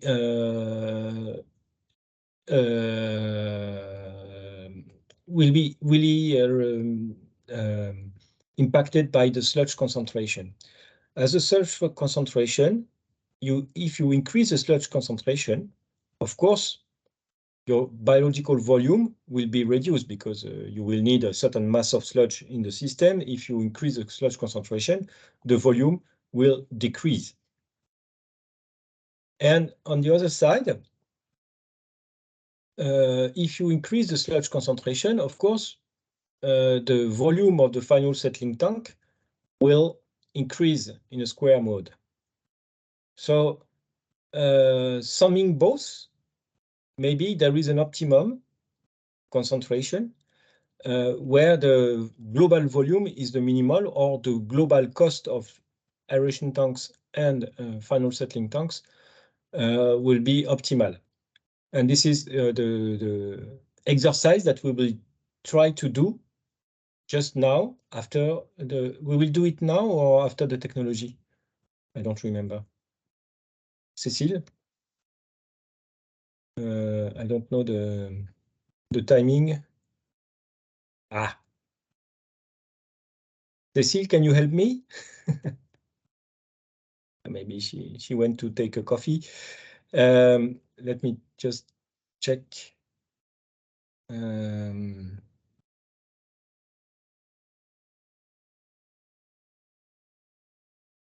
So we are here, presentation and design,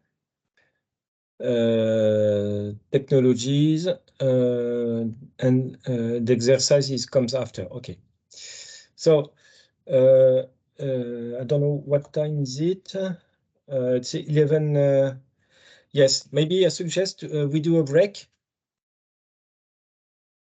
If you agree. Yes, we can reassemble at 3:15. 15 minutes, so in 15 minutes, it's all right? Yes. Okay, so see you in 15 minutes. Okay. Okay, bye.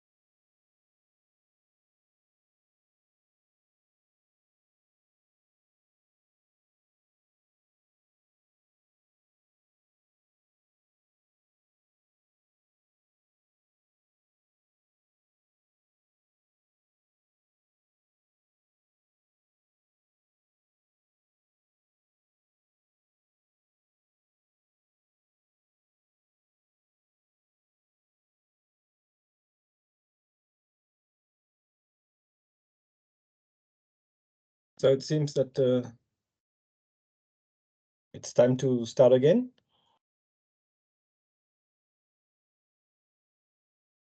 Am I alone? Philip, we have 5 minutes. It's 15:10 as of now. So we discussed 15:15. We're gonna Ah, start. okay. Sorry. Yeah. So 5 minutes more. Okay. Yeah.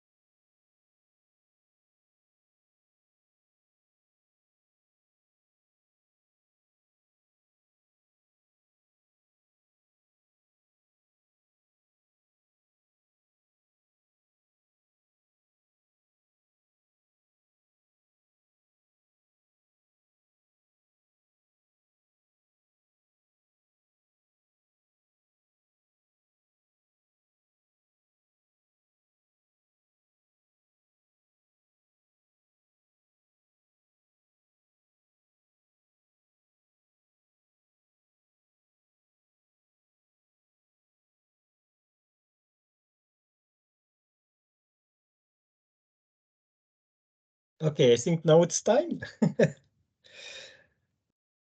Yeah. Yeah. So I hope everyone has come back. I will share my screen.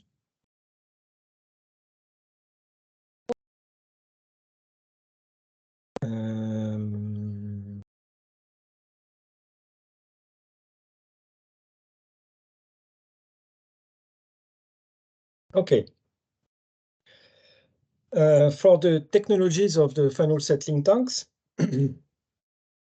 we have to distinguish the different final settling tanks as a function of their shape, circular or rectangular, and the way sludge is recovered. So, Philip, can we just reconfirm that everybody is joined? Yes. Just for a second. Yeah, okay. Everyone is here? Yeah. Bhakti is here.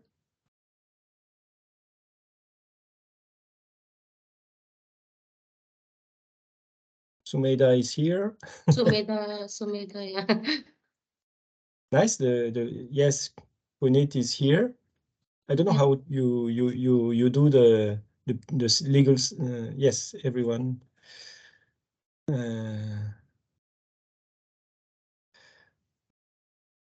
Okay. Diraj is here. Yeah, everyone is here. Yeah, everybody, so we can start. Yeah. Yeah. Okay.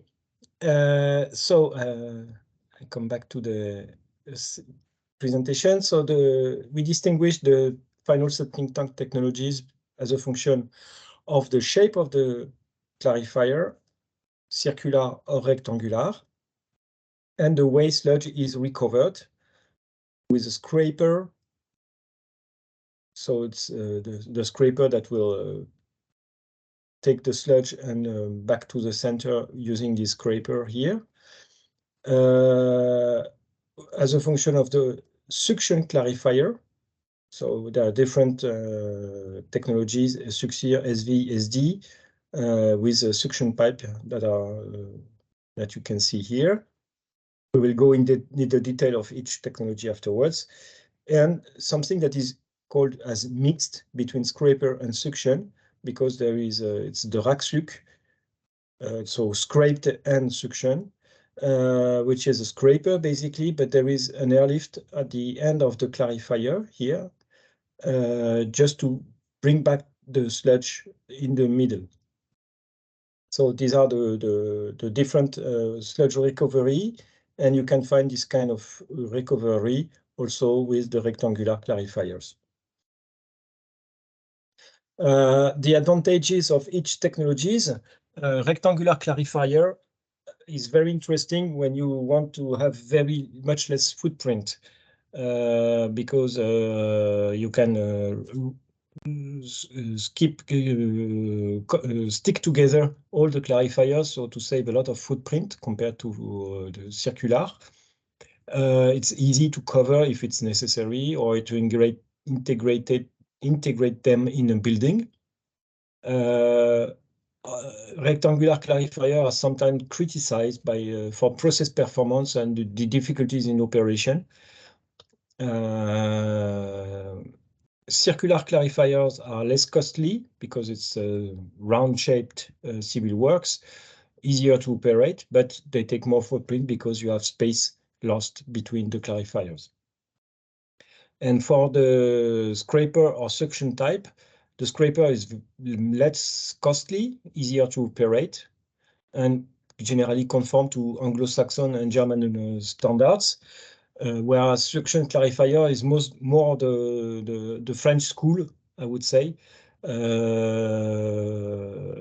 because it was developed in France, and they are more expensive, but well adapted to very large clarifiers and allowing a very good sludge recovery, much better than the scraper, especially for large clarifiers. Scrapers are less adapted for big diameters because you have to have a slope And if you have a 60-meter clarifier of diameter, 60 meters, and you have 3 meters of peripheral height, you can imagine that you go down to 6, 8 meters in the middle of the clarifiers due to the slope. So it's very difficult in terms of civil works and costly. And sometimes the suction clarifier are difficult to accept for consultants, Anglo-Saxon consultants, which is often used with scraped clarifier. I don't know in India if suction clarifier are well accepted. And the most difficulty in for suction clarifier, as I said, is the difficulty to adapt the sludge recycling rate. And you have a fixed flow, and it's difficult to adapt the sludge recycling rate. I will explain that just after. So in India, are suction clarifier well accepted, or they are? In India, we just have in Okla now in the latest plant, we install the suction clarifier. Apart from that, in all rest of the plant, we have scraper mechanisms. Scraper, even for big diameters? Rithala also we have suction. Yeah. Okay. Yeah. But and yes, I mean, for example, in KNC Valley, you have a scraper. Yeah, it's 50-meter dia, we have scraper. Scraper, okay. Yeah. Okay, it's unusual for me. So I will do a focus on the suction clarifier because it's something that we have to keep in mind. So basically, how it works: you have the water that is coming in here and goes in the Clifford and comes back, and the sludge settles smoothly to the bottom of the clarifier. The suction pipes are along with the radius of the clarifier. They take the sludge from the bottom. It is sucked here, and the difference of level between the level in the clarifier and the level in the la goulotte. I don't know the word in English. What is the name for this? Launder? Launder? Laund, maybe. It's a trough, sludge trough vehicle. The trough? Collection trough. Collection trough. Yeah. Okay. So in the trough or in the launder, there is a difference of level here between here and the clarifier, and this is the driving force that makes the liquid here coming within the suction pipe to the trough. So the suction pipes are open, okay, open air. Why? Because we want to be sure that all the suction pipes are not clogged and that everyone is doing his job. Because if one pipe is clogged, then you have no flow coming here, and so you have a mass of sludge that accumulates here, and which is quite a problem. So the rule is to have the suction pipes higher than the level in the trough. So the water, there is a siphon here that takes the sludge from the trough to the recirculation pit, and there is a weir here, fixed weir generally,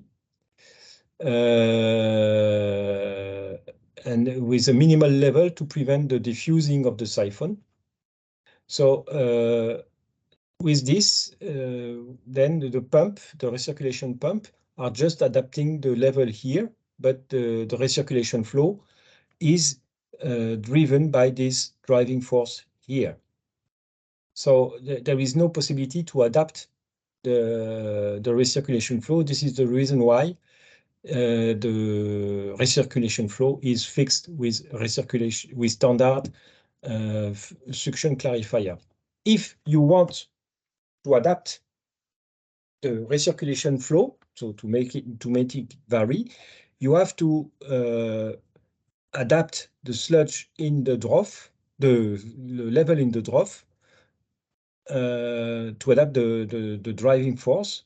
So to adapt the level in the trough, and so to go with these pipes under the level of the water, with the consequence that you may face clogging of the suction pipes, and you will not be able to see it. So This sometimes water level that you the water level that you have shown is what on the average conditions? sorry, I did not understand the question. The water level that you have shown here is the TWL at the average conditions. This level? Yes. No, not this water level. Water level. Ah, the water level is here. This water level. This is the water level in the clarifier, and this is the water level in the trough. No, the water level that you are showing in the clarifier is in average conditions. Yeah, it's almost the same because it's very big surface. So whatever the hydraulic conditions, peak flow, or there is a very small variation of level in the clarifier, and neglectable with respect to the level here. Of course, when you have high flow, the level of the clarifier is raising a little bit, but 2 or 3 centimeters, and it raises the driving force. So you increase a little bit, but very small increase. Yeah. Okay. Okay. So if you want to have a variable recirculation flow, these pipes have to be under the water level in the trough. So yes, yes. So there is 2 possibilities. Either you regulate here, it's the way you regulate with this system, the height of the suction pipe in the trough. So you can go down a lot with this here to put them at the minimal level, so that everyone is under the water. Okay, and so then you can adapt your recirculation flow by adapting here the level in the recirculation pit, either with a variable weir, or if you have only one clarifier, adapting the level in the sludge recirculation tank to adapt the level here to get the disproportional flow. But the problem is that all the suction pipes heads are below the water level, and then you do not know what's happening with respect to them. So in that case, I would suggest strongly every 4 to every 12 hours or something like that to increase to the maximum the recirculation flow regularly, just to put the water level below as it is here, to be sure that they get unclogged and that they work correctly. But the other possibility is to have the green bass flex flow, which is an adaptation with a floating part of the suction pipes. So the upper part of the suction is floating. So the level of the top of the suction pipe is floating, so it can, if the level in the trough is decreasing, then the suction pipe also decreases and increases. So you have the advantage of having all the pipes heads over the higher than the level of water in the trough, and that you can adapt the level in the trough just to adapt the recirculation flow. And this was developed and is patented technology by CIRSE. And so with that, with the recirculation pit here, it's simple here for a single clarifier with its own recirculation pump. But if you have several clarifiers, then you have to adapt because generally the outlet here is a weir coming in connection, and after that you have the connection with the recirculation pit. So you have to be sure that you will be able to install a variable weir just to adapt the level in each clarifier individually. Philip, how the suction is created in suction pipes? How the sludge flows? Sorry? How in the suction pipes, the suction force is created? Yeah, the suction forces is just driven by the difference of the water level in the clarifier and the water level in the trough. Okay. So if you want to reduce your recirculation flow, for example, you will pump less here. Okay. So as a consequence, if you pump less, then the water level will raise in the trough, and the suction pipe will raise as well, and the driving force will be less. Okay. And in case if the siphon is broken, then how it is fixed? You don't pump anything anymore if the siphon is broken. So there is a security. So in the pit, you, as I said, so show here in the pit, there is a minimal level under which you cannot go in case that you will lose the siphon. Okay. If you go lower than that, you will have air, and you will not be able to siphon it. So basically, all the suction clarifiers do have a blower, the inverse of a blower, to make the siphon, to reamorce the siphon. Okay, so the blower is just a one-time use to make the siphon. siphon. It's one-time use. Sometimes if you have some leaks, it was the case in Assamra, for example, the blower is working all the time because there are leaks in joints and so on. Okay, so this is the GreenBAS FlexFlow, and I think it's a very nice product. Philip, yes. Hello. Yeah, in GreenBAS, like this floating tubes which you are showing over here. So this floating tube are going to fix in these suction pipes and operate. Yes, it's adaptable for any kind. You have an existing plant with the suction pipes, and you replace this thing here with this system with floating. Yeah. Okay. So this was the focus on the suction. So with respect to Ondeor, because it conditions the way you will select the proportionality of the recirculation. So you have to know if your technology you use is compatible with proportional recirculation. So scraped FST, so because it's classical in India, but in our doctrine, the EFA final settling tank is limited to 25 meters, not 50 meters, as you mentioned, Preeti, on Kainsi Valley. The slope is 1 to 15, minimal slope. So here, and the standard is between 6 and 25 meters. It's generally adapted for small plants.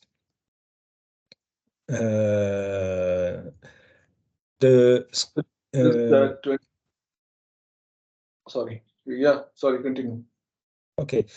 Here we present the RACSUC. It's a mixed suction scraper. It's a full suction, but but it's basically a scraper that goes from 20 to 40 meters with the same slope, always a peripheral driving. And you have the two suction pipe, or they are not exactly suction pipe. They are, there is a blower creating an airlift here, a baie d'UV, that will, with the air injected in the tubes, the sludge will be taken up, forced to go in this pipe and coming back in the center of the clarifier, where the sludge is recovered for the recirculation pit here. So it's not suction properly saying. It's just a baie d'UV, and the advantage here is that you have a very large scraper clarifier, but you have these two or three suction pipes that helps sludge not to accumulate at the extreme at the periphery of the clarifier. The problem with large final settling tank purely scraped is that when you have sludge depositing here, okay, then it makes a round and another one and another one and another one before it can be recovered. So the sludge that is settling at the extreme, at the peripheral zone of the clarifier will spend several rounds before coming in the clarifier. And this is a long time for the sludge, and the sludge starts to ferment, to denitrify, and so on and so on. So when we design a clarifier with a 2 hours residence time, okay, it's the average residence time. Some sludge will go and settle directly, so it will stay 10 minutes. But on the peripheral zone, the sludge will stay 8 to 10 hours. And there was some tracing performed with lithium in clarifiers in France, and the distribution of the residence time was from with a 2 hours residence time, the distribution was up to 12 hours. So to prevent sludge making rounds and rounds and rounds and rounds before coming into the center, these suction pipes or baie d'UV or airlift helps sludge not to stay too much time in the peripheral zone. So this is the scraper, the mixing scraper suction, and we come to the suction technology. And there are different technologies depending on the way the suction pipes are installed. So we have the SV. So before 40 meters of diameter, it's just like that. So below 40 meters, so it's just a radial, okay, with peripheral driving. It can go from 20 to 52 meters. The slope can be flat. There is no problem for that. And if you have higher than 40 meters, then another part is added here at the end to collect sludge also on 1/3 of the radius. The Succeer is also a suction clarifier, but as you can see, major part of the suction pipes are disposed in the center, and some on the peripheral zone. So this is used for very good settling sludge generally from industry, paper industry, paper mill industry. It was developed for that. It was installed in France, in Valenton. But in that case, the recovery of sludge on the external part of the clarifier was very bad, and we had to displace part of the central suction pipe to the peripheral zones in order to be able to recover correctly the sludge. Yeah. Philip, what is the SVI for the paper industry sludge? Yeah, the paper mill industry, generally, there are a lot of fibers inside, and the sludge is settling very, very good. So you have to have a low upflow velocity to let the separation occur, but the sludge is settling very well. So most of the sludge is settling in the center part of the clarifier, so they are forced the pipes to be in the center and very few in the peripheral zone. In a municipal wastewater treatment plant, the sludge is settling less good, so we have to adapt the position of and the number of suction pipe on the radius. Did I answer your question? Yes. Okay, and last technology is the dimetral, SD for dimetral clarifier. They are the biggest ones. It can go up to 62 meters, I think. And so the main difference is that the driving is central. So this launder here is fixed, and this here is turning round. Okay, so the suction pipe, you can see them, they are quite horizontal, and they go into this dwarf here. And the bottom is flat. So this is well adapted for very large diameter. So as a function of the diameter, we will find these different technologies. So small plants, small clarifiers, scraper. Then you go with the RACSUC, okay, up to 40 meters. And you also, from 25 to 30, you can start with suction clarifier, either SUCSI or SV,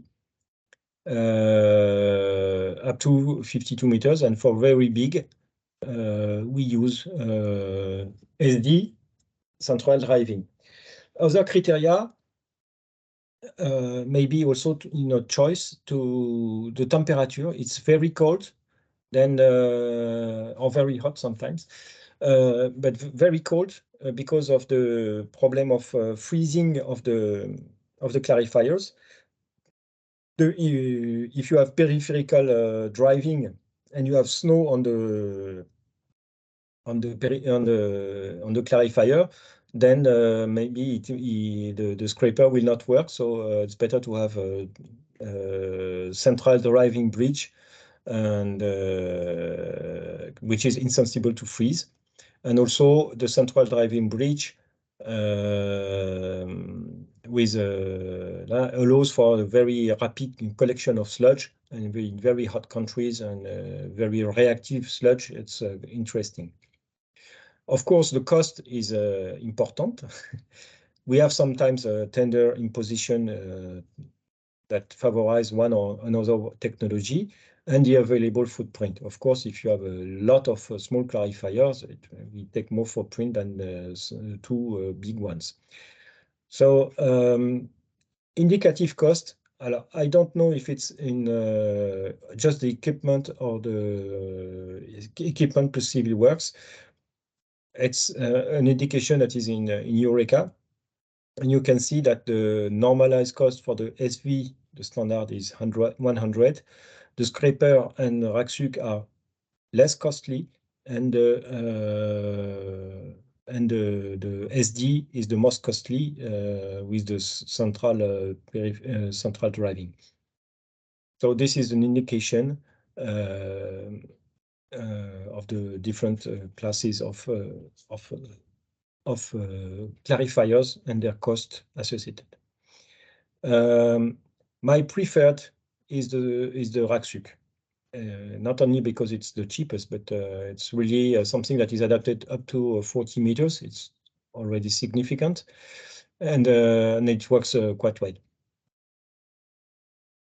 and you Well, if don't it- need. Yeah, Comparing between a peripheral drive and a central drive. So, for example, at a high diameter of like 50 meters, so what do you think we should adopt, and what is the difference actually in terms of power consumption and cost? And I don't know. I don't know. so how do we select that it should be a central Yeah, drive? the central driving is only concerns the SD. Huh? Okay.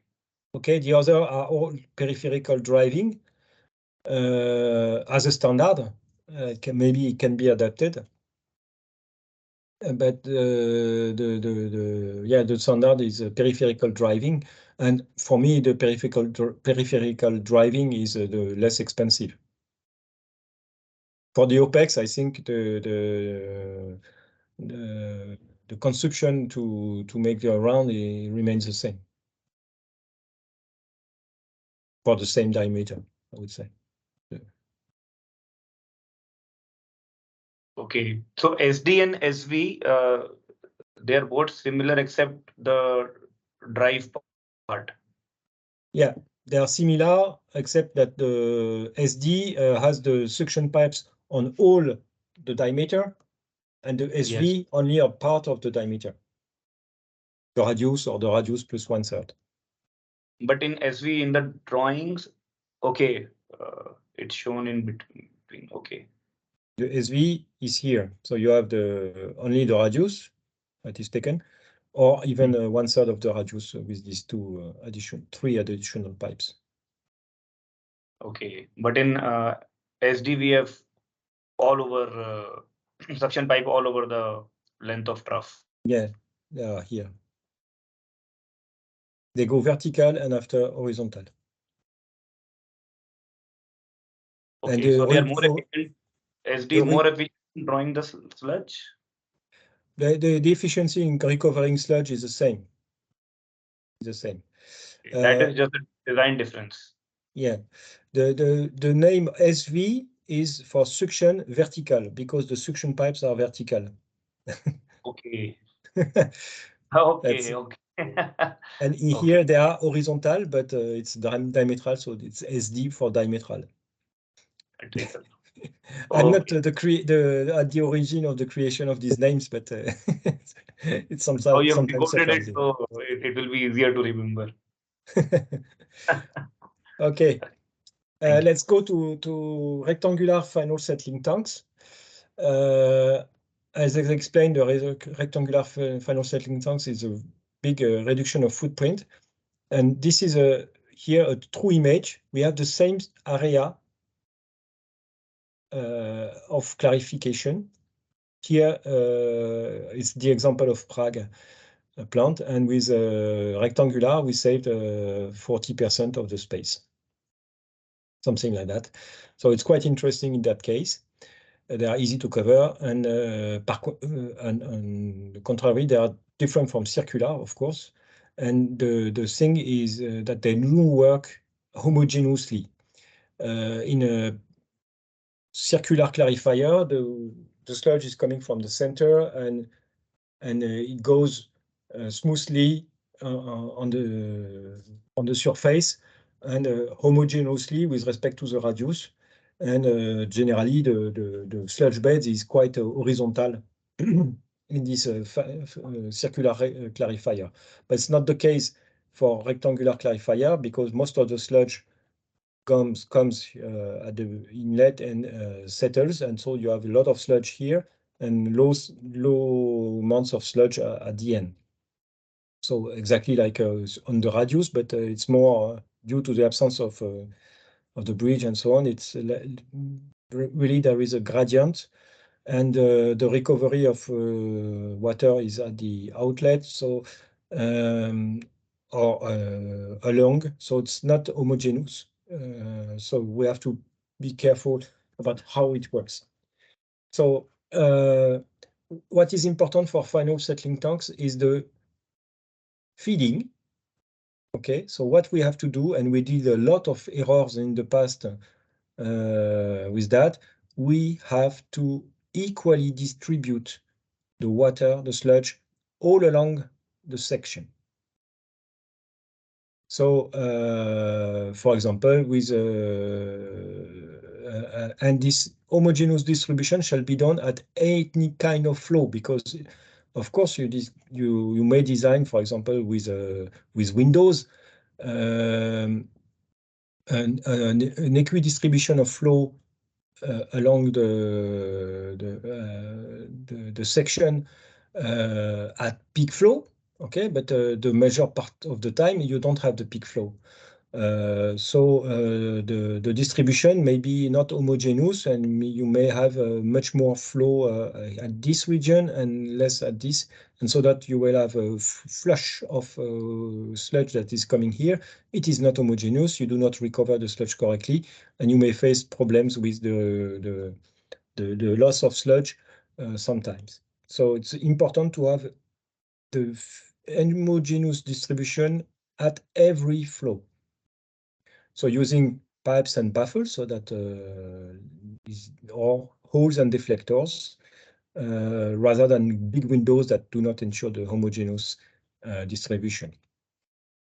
The treated water out at the outlet, that can be done with weir or submerged pipes. The velocity and the recovery zone, if it's at the end, just with a scrape clarifier below 10 meters per hour, and the velocity on weirs below 6 meters per linear meter per hour of weir, just to prevent to have too much movements of water in that region, for example, across the troughs, and not to prevent water to accelerate in this zone and to take up with it the sludge. The sludge recovery is generally at the inlet here. So we have here the sludge pit. You can recover the sludge either with chain scraper, which is described here. So chain scraper will come on this technology later on. Then with suction bridge, the velocity of the bridge is around 6 centimeters per second, and with intermediate stop. So the sludge, I will detail that for the suction bridge. And the scum removal, in case of chain scraper, it is at the end. So you have this chain that goes in that way. So it takes at this here the floating particles, bring them to the end, and there you have the system for recovering the floating particles. And for suction bridge is the opposite. You come back with the bridge, you come back with the floating particles, and the system is placed at the beginning. So suction SLG, sucé longitudinal suction clarifier. So If we don't have a slope in this rectangular clarifier? No, we don't have slope, it's flat. Slopes, it's flat, okay. Yeah, it's better to have, because the bridge has a fixed scrape. You could have a slope here with these clarifiers, but it's obligate to have, when you have a traveling bridge, to have a flat. Okay, so here is for example, the SLG. We have the width from 10 to 20 meters, it's quite large, and the length for 40 to 80 meters. And the slope is flat. So here you have an example. It's in Villarreal in Spain. And you have this traveling bridge here, and the sludge is recovered in the center. And here you have on the side the treated water recovery. And how it works, the bridge, then you can program with a virtual end of course thing. So since the sludge is depositing majorly at the beginning, so we go in a first stage up to 20 meters, for example. We come back. Then after we go a little bit wider, for example, up to 40 meters and come back. And after that, we go to the end and come back. So after 80 minutes, we go to the end because there are very little sludge depositing. This virtual end of courses can be adapted as a function of the operation and the conditions. And the bridge velocity can be also adapted. Since a lot of sludge is depositing in this region, then you will have a low velocity when you are in that region, and you will accelerate the velocity here for the second part and the third part also. So that at the end, so you will play with the velocity and the intermediate stops to adapt the recirculation, the traveling of the bridge to the places where sludge preferentially deposits. And the scraper. So scraper clarifier were not very well adapted when the chains were metallic, but now they are made of composite and there are not so much problems of corrosion and blocking of the chains. So now it's good technology, and we installed them in Prague, in Praha. So the width is 6 meters, but you can double because the blades are 6 meter width, and you can double the chains. The Philip? scrapers. Yes. Yeah, the scraper that you shown in the previous slide. Mm-hmm. So that is the bridge one. So that is different from this chain scraper, because chain scraper is scraping end to end. Yes, and this one is yes. This is really a traveling bridge, and there okay. it's scrapers, completely different technology. Okay. Who supplies this? Which company? Or it is our own? Chuda. There are some Polychem that provides that. There is a company called Brentwood is also in, yeah, there are several suppliers, but I will explain if you have a problem with the chain, then you cannot work. And it's mechanically it must be very efficient, and sometimes you have the problem of parallelism, and sometimes you have the blades are made of plastic, and they can break, or they can turn. They can turn and damage considerably the whole thing. And after that, you will have to empty the tank and to repair everything, or at least to let the things. But if it's blocked, it's blocked. So my advice is to take the Chuda system, because the blades are in metal, and the chain and the system is really efficient. The others, I'm not so pleased with, because they're of the lack of parallelism. Essentially, in the time the chain can be a little bit with less tension, and this can create problem. It's very important to have to keep between the two chains here and here the right parallelism. So if you want to have, it's a small width, 6 meters, because the blades are 6 meters. And if you want to have a larger clarifier, then you have to multiply by 2 the chain scraper. So we have one here and one on the other side, next to each other. So there are drivers here to orientate the travel of the chains. The advantage is that here you recover the sludge, and the sludge is taken always, all the time. It's not you're not waiting 80 minutes until the bridge is coming back. The spacing between two blades is something like 4 meters. So every 10 seconds, the sludge is moved a little bit. So it's better for the sludge. They not make deposits in the clarifier. So, and you take also very efficiently all the floating matters. And now we will go with, if you have questions, sorry. Do you have questions on this?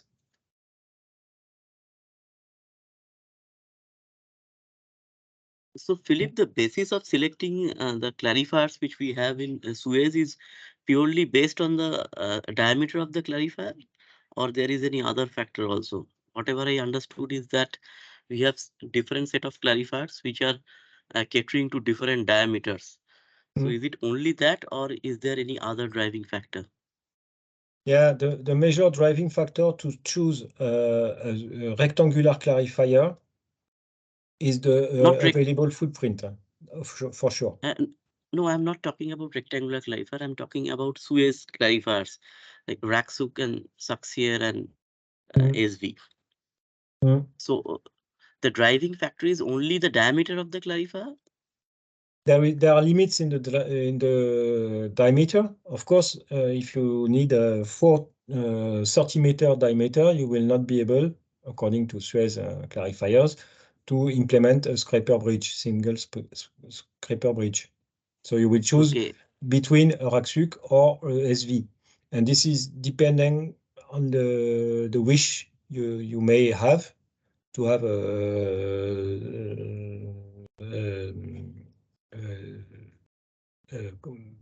suction type or Raksuk. It's your choice. For 40 meters diameter, you will have the choice, and in between all the suction clarifier and the Raksuk. So it's up to you. Knowing the cost. And beyond 52-meter diameter, is it only SD we can use? Yes. Okay.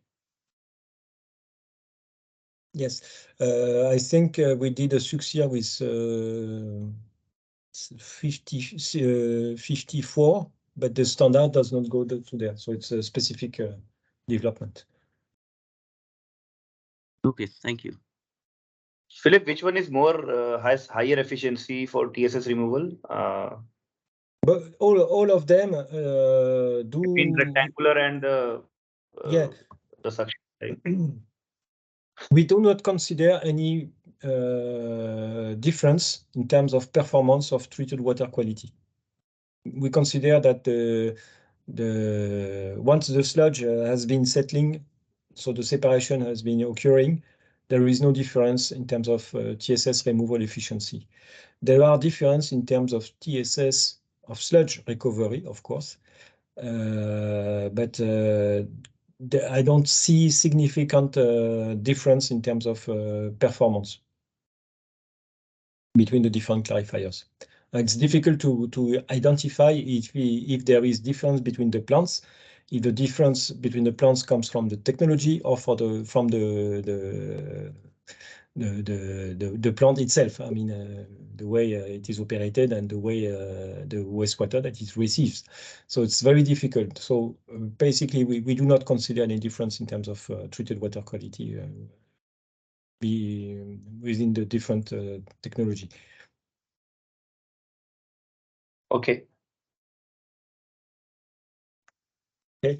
There is something I forgot to mention on the Raksuk, which is important. Here, the flow that is taken by the suction here must not be higher than half of the recirculation flow. Because if not, you are doing a loop of sludge, and sludge is turning around just like that. Okay, so you have to adapt the flow rate of the suction pipe there in order to not to create an internal loop where sludge would stay longer. Okay. Yes. So if you don't have any question more. In this exercise, we will size the clarifier and try to find the optimal volume or clarification volume, so the optimal concentration to have the minimal costs or volumes of clarification and biological tanks. So we will test, and if you want, you can test a little bit more, and different concentrations from 1 to 2.5 grams per liter. So you will have to create 6 columns and ranging from 1 to 3 grams per liter, for example, and to find the best CAPEX with the following hypothesis. So DSVI, you will choose it and select it because Ondeor propose you a value, but you will fix it at 150. Basically, this is the first thing, just to let the exercise, for doing the exercise. We will have 1 tank and 1 clarifier. We will select the proportional recycling rate. So just like a scraper, okay? And we will fix the aeration tank depth. Aeration tank depth is 6 meters, so it's not in Ondeor, so you will have to put it in the Excel file. And but the Excel file will calculate that for you, the CAPEX, and we use the 280 euros per square meter of floor, and for the walls, 380. This is the basis for the evaluation of the best CAPEX solution with the different hypotheses. And so we will see with your different cases. So we will keep your case, and you will see where is the optimum. And maybe between Pretty and Diraj, the optimal will not be at the same concentration. Okay, so in the I lost the Excel file. Do you want I share or it's okay? No, yes, you can share.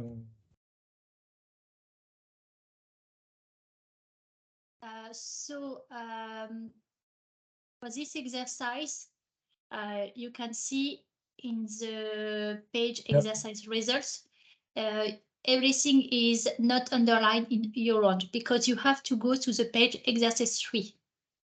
And on this page, so you have your case, and for one case, you have to test this MLSS concentration. So ESSA, it's MLSS concentration. So you optimize the volume of activated sludge. And so you enter here the value for each case and the diameter of clarifier you need for each case and the height of the clarifier. Okay, so that means when you go on Ondeor, so you go to the page WL4 for clarification. So I go slowly. So here you fixed the SVI to 150 milliliter per gram. You have proportional recirculation. It's correct, Philippe, it's proportional. I've forgotten. For extraction point, it's from secondary clarifier. You keep 7 days per week. And so you put 1 clarifier and you select the diameter and you let Ondeor calculate the minimum water height. And you have to keep this value that is the height of your clarifier. You have to enter in the Excel file. So you have to enter this. You have to enter the diameter of the clarifier and the volume of the activated sludge. And after, the graph will be done when you enter the value. Cecil, we need to enter height of clarifier as well. Sorry? What height of clarifier as well? You were showing that we have also have to enter height. Row number water level. 247 on this. You have to for the water. Sorry, for the water level, it's here. In fact, okay, sorry, no, the water height. level, it's this value. This value, it's calculated, and if Yeah. you put nothing here, on there, we'll use this value. So you have to enter this value in the Excel file, because normally the minimum we add is 3.5. So generally, when you have 3, we enter 3.5. But never mind, you can let, no, it's not 3.5, it's 3. You can let on the calculate and use this value, okay? Okay, all right. It is clear. And anyway, everything is calculated by the notes. That means when you enter here, it will calculate the surface, the diameter of activated sludge. Sorry. The 8, that it's a mistake. It's 8. The volume, the surface of clarifier, everything will be calculated here. You have just to enter the orange cell for each case. And after here, it's your optimization. That means what is the less costly. And you enter the case. I don't know, in the case of Shuba, perhaps it will be for this. So that means 1, 2, 3, 4, 5, 6. That means the number 3. Okay, and you enter that.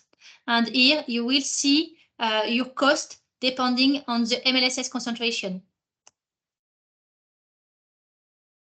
Yes, Cecile, can you share your, because we will start with the same. I didn't share my screen. Si, you were sharing your screen, but on the OR, basically what you will do is start with your first row where you select 2 grams per liter, and you will duplicate. Yes, if you want, you will duplicate the columns and just change the sludge concentration in the water line 3. So and first is 1 point. Okay.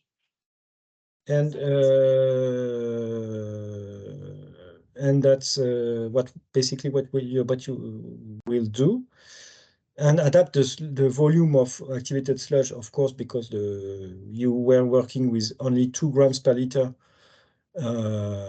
initially, and try to define the clarifier afterwards. Okay. Okay, so you can name your column as you want. So I put just the MLSS concentration and change nothing. I calculate. And don't forget to go to the sludge line. Huh? Once you have filled in all the things, go to the sludge line. I don't change also the primary treatment.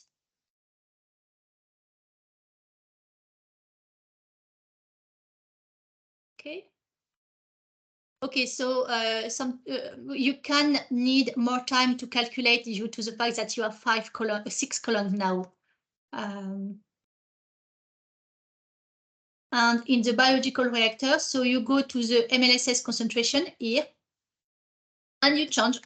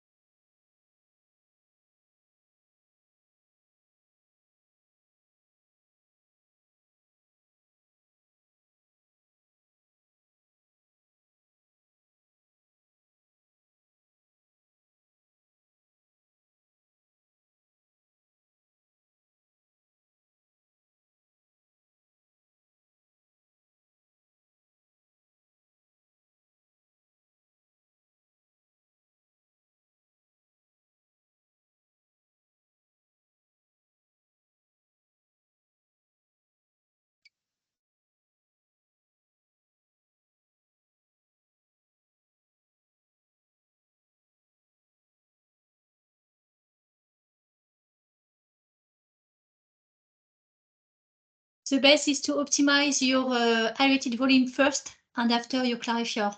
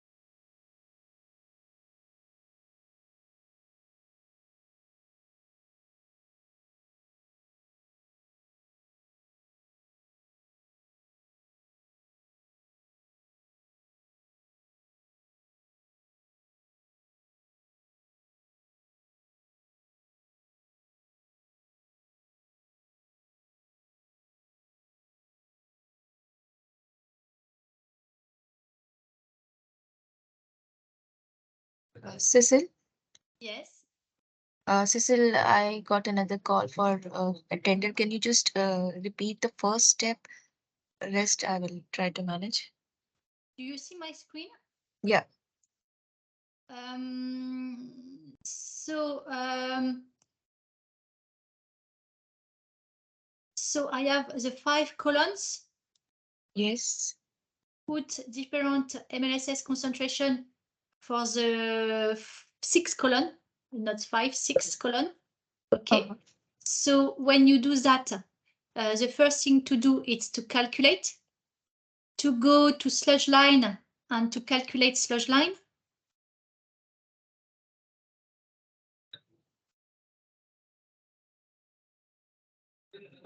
To go back to waterline and to optimize the aerated volume, because the design of the FST doesn't impact the performance. So firstly, you need to have enough aerated volume. So aeration volume, I have just optimized to have what we need to obtain the performance. So I can check the performance after on the page 6. So, you know, I have optimized. So once I have optimized the aerated volume, this value, okay, it's on the peak, so it's not our problem. You can see here that when you raise the concentration, obviously the the volume is reducing. But after 2 grams per liter, the volume does not change. Seems. Yeah. Just because the sizing parameter is maybe not the mass of sludge that is needed, so the SRT, but the volumetric loading rate that is limiting. It's the. At the beginning, it's not the one limiting, it's the minimal sludge age, but you can see at the end is this volume limiting. So once you have optimized the aerated volume, you can go to the clarifier. So you have to put 150 for SVI, line 171. Yes. You have proportional recirculation. Yes. Extracted point from secondary clarifier. And after concerning the clarifiers, you have just one. And you have to find what you need as diameter. So for example, for my first case is okay, 28 meter for diameter. My water 8 is 3.1 meter, okay. Second, it's the same. I can decrease the diameter. I will try 29.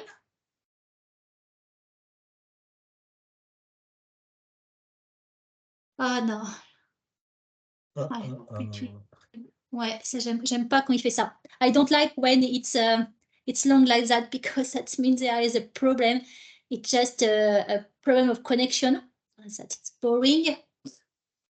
I hate MATLAB.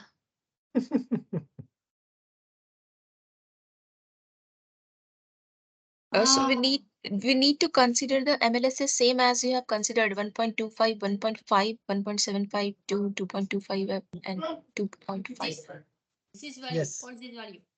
Yeah, and rest of the parameters to be same as our previous cases. Yes. Okay. You change just the MLSS concentration and after you optimize your arrayed volume. Okay. I think, Cécile, you will have to save your data and reopen it. I can't. Everything is blocked. I can't save.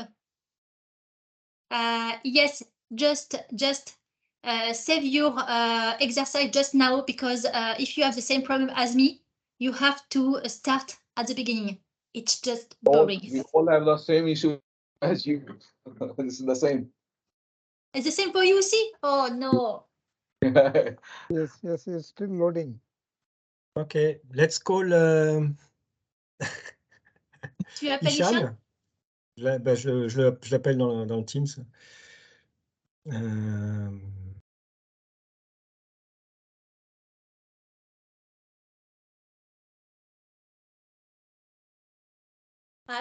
I hope we won't lose our exercise. But it's meal time, so I don't know if he will be able to answer. Try Daniel also.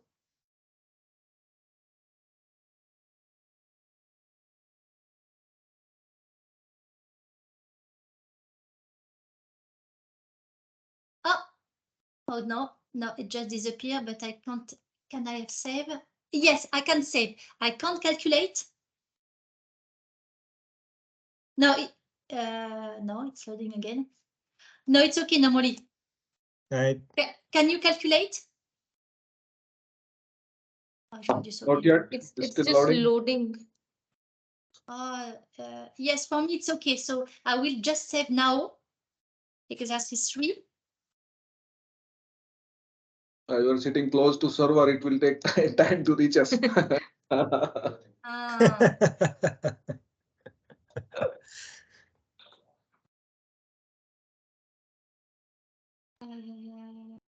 Yes, ça a besoin de temps aussi. I need time to save also. It's in waiting to save. It's impressive the velocity. Hein? Yes, because we have 6 columns. No, but the velocity usually is much rapid than that, even with 6 columns. Really? For me, no. I hate MATLAB. It's why I prefer to use Excel file. But you're not allowed to. No, the problem is we are just technical department can use Excel file and we can't transfer. That is the problem. But really, it's just boring. We have very a bad tool to design.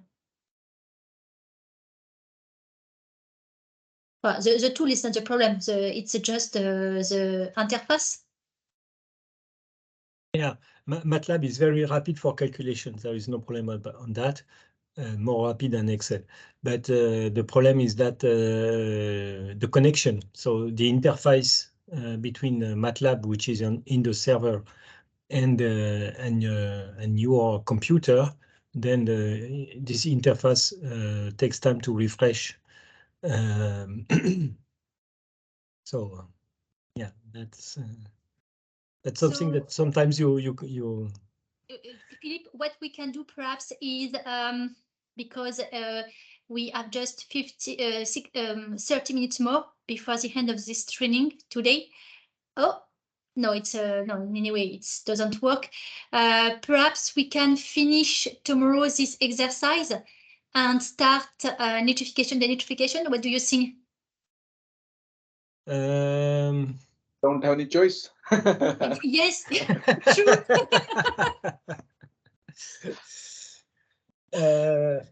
Yes.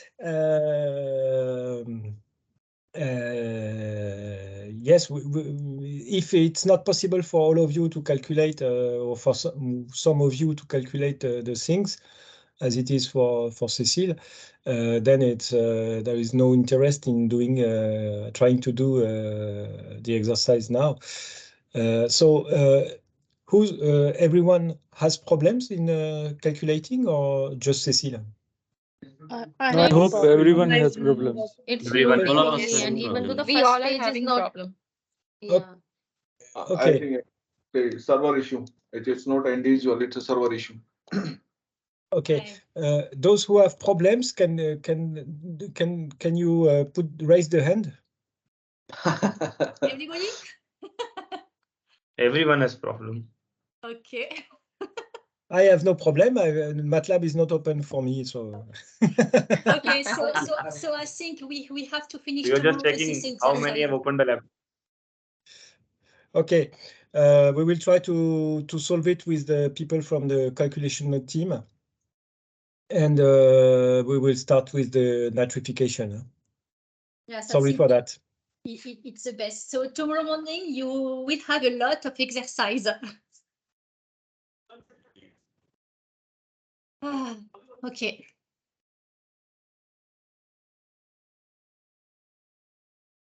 J'envoie un message à Aishan et Okay. Daniel. Merci. Nitrification रहता है अभी. Okay.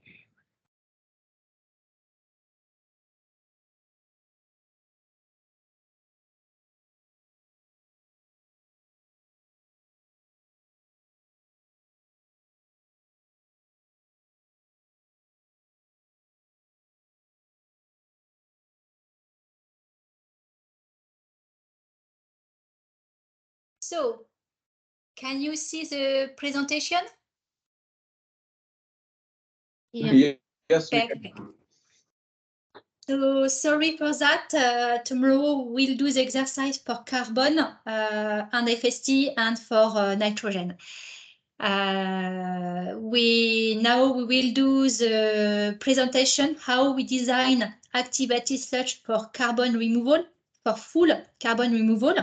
That means nitrification, denitrification. In activated sludge, it's not possible to do partial nitrification. It's just black and white. That means total nitrification or nothing, because it's not possible to have stable system with just partial nitrification. Okay. Biological nitrogen removal. So the nitrogen, as you know, one part of the nitrogen is unbiodegradable soluble nitrogen. This fraction of the nitrogen go directly in the treated water because it's not possible to remove it in the system. There is also a particulate unbiodegradable nitrogen that go directly in the sludge, is linked to the unbiodegradable VSS from raw water, and represent 3.8% of this VSS. It's included in the assimilated nitrogen in our calculation note. So that means if you see assimilations, it's not just pure assimilation, you have also this part of nitrogen. Concerning the rest of nitrogen, so the organic nitrogen will be ammonificated. That means in the system, most of the time in the network, you will have hydrolysis of the nitrogen to give ammonia.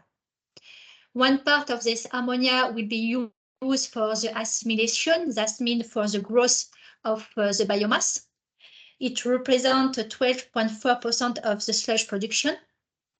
And after we have the rest of ammonia. So the first step to remove nitrogen is to convert ammonia to nitrate.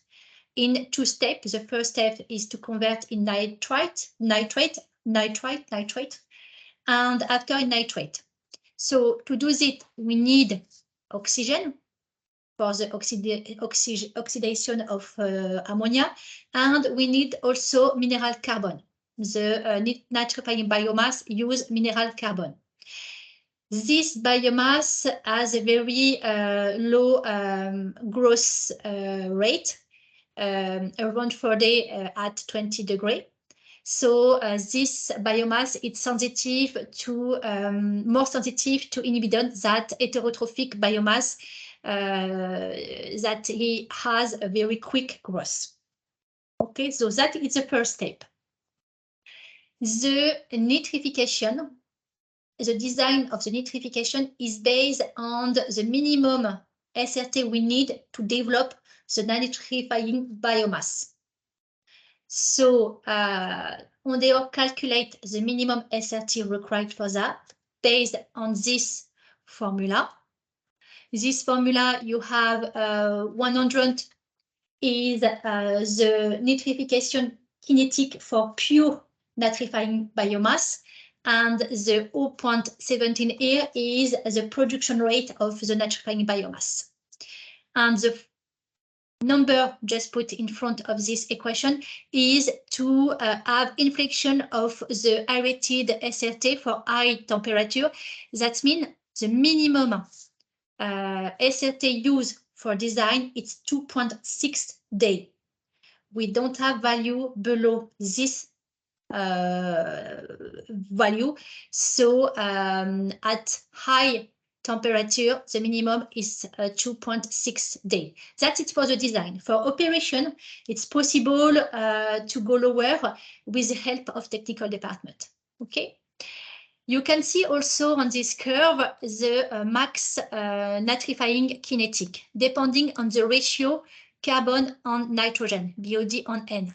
If you have high BOD on N ratio, that means high BOD concentration, the kinetic will be lower because there will be too much heterotrophic biomass. Okay. So once we know the SRT to minimum SRT required to develop nitrifying biomass, we can calculate the minimum aerated volume required, depending on the sludge production and the MLSS concentration, of course, in the biological reactor.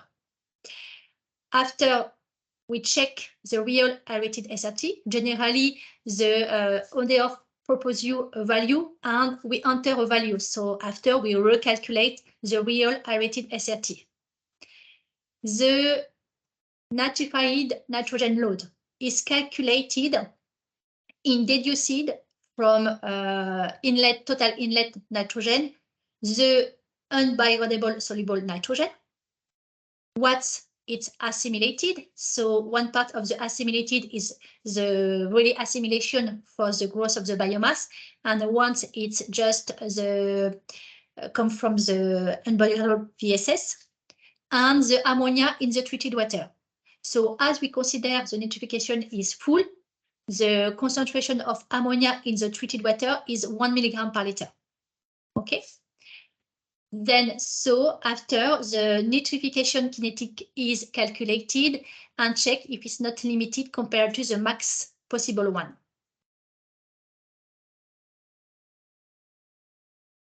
Okay. Denitrification. So denitrification, it's exactly like carbon removal by oxygen, except in this case, we don't use oxygen as an electron acceptor, but nitrate. So for this, we need no oxygen and we need organic carbon. As for standard carbon removal, the biodegradable carbon will be used to produce energy by oxidation, and one part of this carbon will be used to produce biomass thanks to energy produced. That is exogenous denitrification thanks to organic carbon from raw water. If there is no more organic carbon in the raw water, we will have endogenous denitrification. That means the biomass will use its internal carbon to lives, in fact, so to produce energy for its maintenance. Of course, the cinetic on endogenous denitrification is lower than on exogenous denitrification. Now, how to put that in a wastewater treatment plant? So for denitrification, we need organic carbon from water. So we will try to optimize this to avoid external carbon dosing. The first possible configuration is sequence ditch. So we have just one tank and we will sequence aeration in the day. That means in time. So during aeration period, we continue to feed continuously the reactor. So the reactor is sometimes aerated, sometimes no aerated. During aeration, the ammonia comes from water decrease because it's converted into nitrate. And so nitrate increase. We have oxygen. We stop aeration. The feeding continue. Oxygen is consumed by carbon. And after, the nitrate will be converted to N2 thanks to denitrification and thanks to the carbon from water. Of course, during this phase, ammonia concentration increases due to the fact that the feeding continues. With oxidation ditch, it's more difficult to achieve very low ammonia concentration because you have this phase where in which ammonia increase in the treated water. Okay, if you want to optimize that, we can separate in the space the denitrification and the nitrification. So we will have one zone for denitrification and one zone for nitrification. And as we need organic carbon for denitrification, it will be the first step. Of course, if it's a first step in raw water, we don't have nitrate. So we need to recirculate the nitrate producing during aeration to the first step and to mix it with the organic carbon from the raw water. So what's happened? The nitrate is recirculated. It's thanks to the mixed liquor recirculation, MLR. At the beginning, oxygen comes from the mixed liquor recirculation, consume organic carbon, so there are no denitrification. And after oxygen consumption, we can start the denitrification. So the nitrate concentration decreases. And during aeration, of course, you have nitrification and increase of nitrate. So the performance of this system is related to the percentage of recirculation, total percentage of recirculation. That's mean MLR recirculation, but also RAS, because you have also nitrate here and recirculation of nitrate. So the recirculation, the total recirculation, you calculate what you need to achieve what performance you need in terms of total nitrogen removal. That means recirculation rate is equal to nitrogen removal divided by 1 minus percentage of nitrogen removal. Okay, but we will see. So if you need very high removal, you need to recirculate higher. But of course, it depends also on the carbon here. Cecile, I have one question. Yes. If we don't have oxygen in the anoxic tank, will it not behave like a anaerobic tank, and will it not promote the growth of anaerobic bacteria?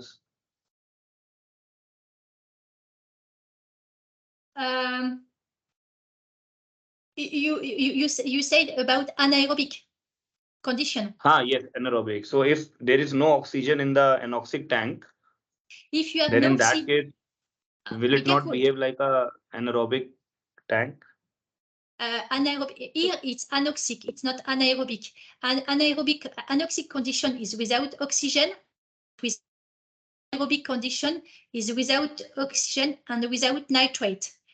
So if you recirculate here oxygen and nitrate, firstly you will remove oxygen and nitrate, and after you have no nitrate, no oxygen, and you can have anaerobic condition.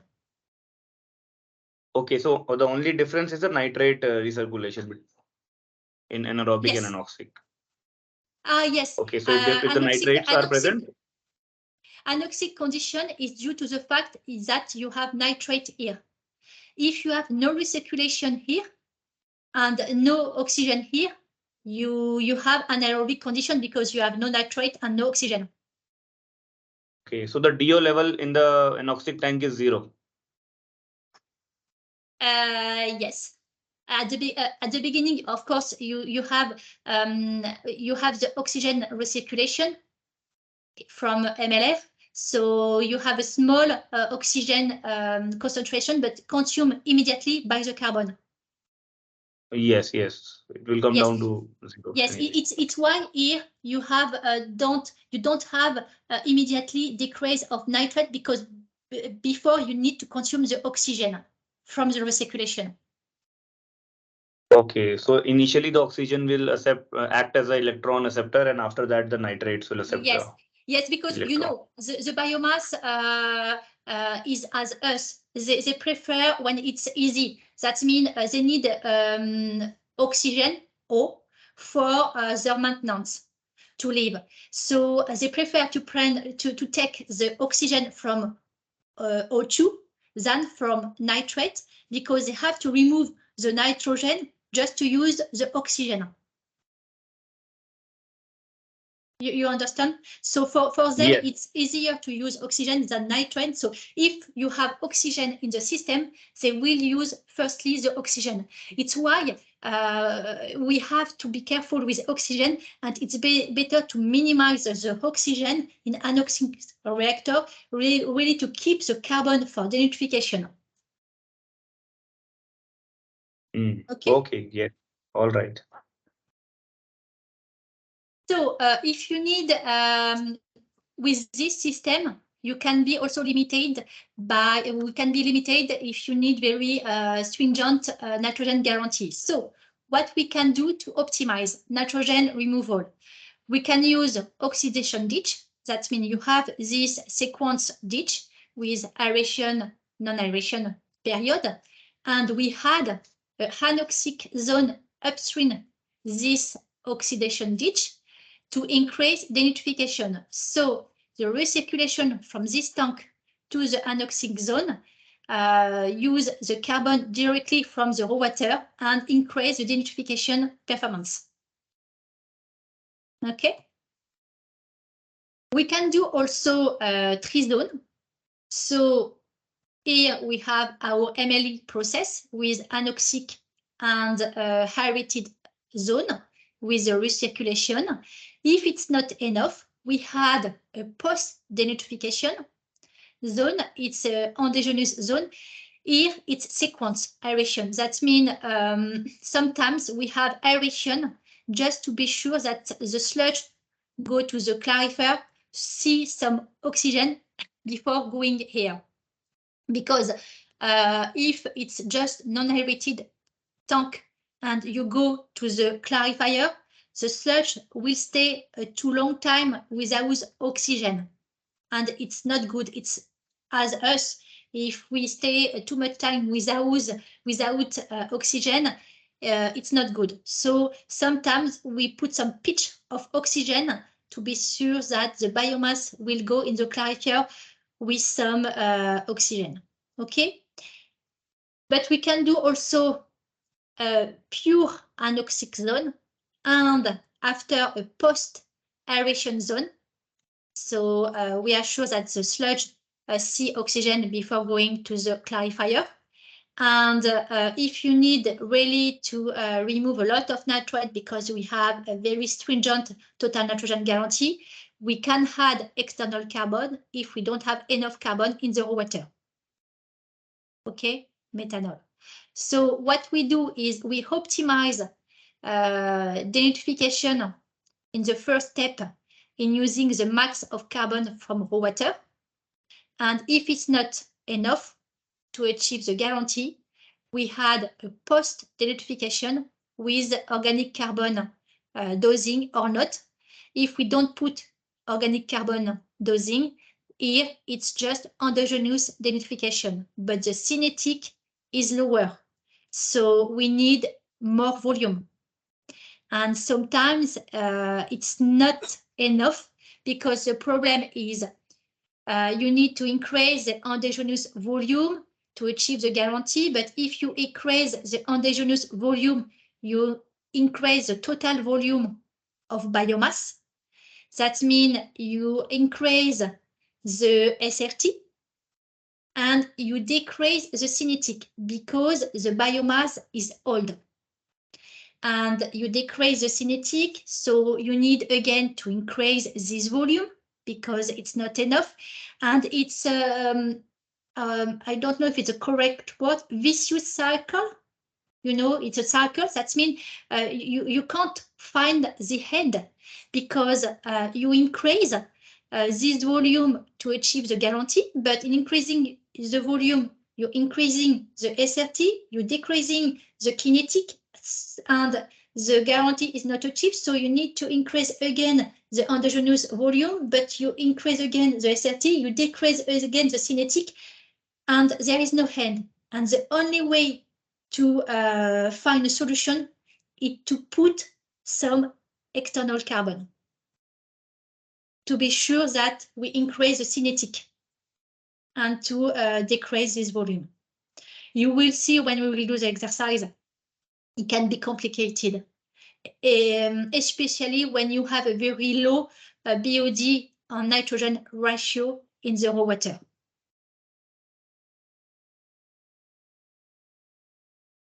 The last possible configuration is what we call the step feed.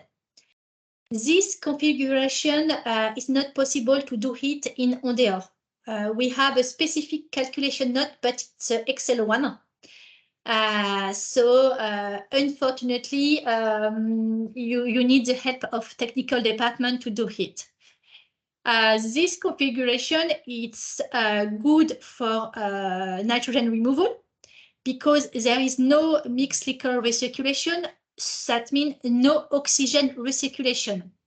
The carbon of raw water is really used for denitrification. No oxygen consumption and no carbon consumption by oxidation. So you can see you have different couple of anoxic aerated zone. First one, second one, third one, and in this context, a fourth one. Each anoxic zone is filled with a percentage of raw water. So that means each, and you have recirculation from clarificator to maintain, of course, MLSS concentration. So for each zone, you have carbon consumption for denitrification. And so that it's good, you optimize your denitrification. Other point, the first reactor has a very high MLSS concentration, so a better denitrification, cinetic. Other point is you diluted MLSS concentration, and here you have less MLSS concentration. And if you have a rainy day, for example, a rainy day, you can send a lot of water in the last compartment, so you send to the clarificator less sludge. So it's better also for the FST management. Okay, and the number, the Not very percentage. clear. Yes, sorry. From all the compartments, how do we extract to the secondary clarifiers? I mean, in the first Yeah. compartment, you said that the MLSS concentration is high, then it lowers down sequentially, but the extraction of the effluent to the secondary clarifier should be done from the last compartment. Yes, right? yes, always. You have the extraction search always from here. And then in that case, this option also will not be able to give a very stringent guarantee, because anyways we are feeding in the last compartment also. We are feeding the raw. No, you have a very high performance. It depends on the number of zone. If you have 3 zones, that means for me one zone it's a couple of anoxic and elevated zone. 3 zones, you can achieve 80% of removal of nitrogen. 5 So my zones. question, no. My question is, from the first zone, the water is moving to the second zone, or from the first zone, it is going to the, I mean, anoxic, oxic, then anoxic, oxic. Anoxic, oxic set is one zone, right? From each one zone set, the water is going to the clarifier, or from each zone, it is moving to the next zone? No, next to the zone. Next zone. That it's a complete tank, and the complete tank is divided is anoxic, oxic, anoxic, oxic, and just the last part of this tank go to the secondary clarifier. Okay, clear. Okay. And Cecil, these anoxic zones, they are fed in, like the first anoxic zone will receive a higher flow than the last one, or is it equal? No, no, I think it's not equal. You have to make some calculation to know what percentage of flow you have to send to the first, second, third, fourth zone. Yeah. And it's something I prefer to let Philippe answer to this question, because I never do this process. It's very specific, and we have Prague, and Philippe designed Prague with this process. Yeah,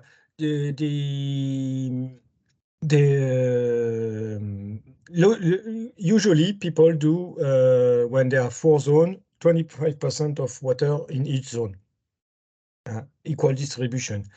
I don't like this really, because if you have the same volume for each zone, then the mass, the F2M ratio of each zone will not be the same, because you don't have the same concentration of sludge. So I prefer to put a little bit more in the first and a little bit less of 25%, for example, for 4 zones. So I will put about 30% in the first zone, 25 in the second, 25 in the third, for example, and 20% only in the last zone, just to keep F2M ratio relatively homogeneous between the zones. If not, you can, if you do 25% per zone, which is quite easy with weirs, for example, the distribution, then it would be necessary to reduce the volume of the first zone to keep the same F2M. So generally, people do not care about that, but I prefer to have the same F2M loading rate at each zone. All right, Philippe. And Philippe, one more question. Under what treatment conditions, we should propose this step feed? I mean, what are the advantages it can bring in the design? if you multiply the number of zones, then you can go very, very low in terms of nitrogen removal. If you have 10 zones, you can go up to 96% removal.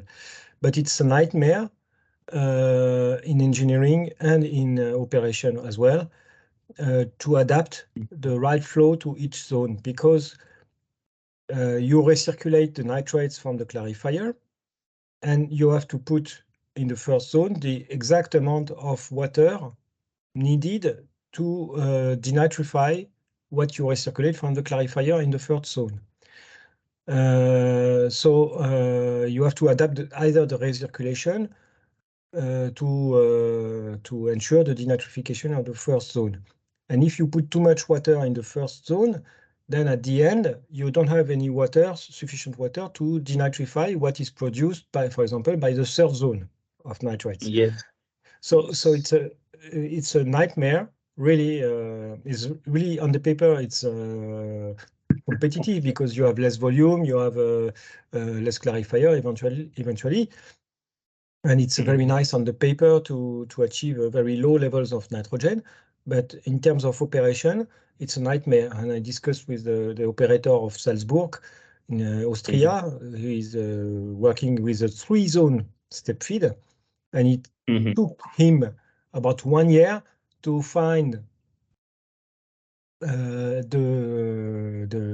good settings in order that the plant works correctly, but not perfectly.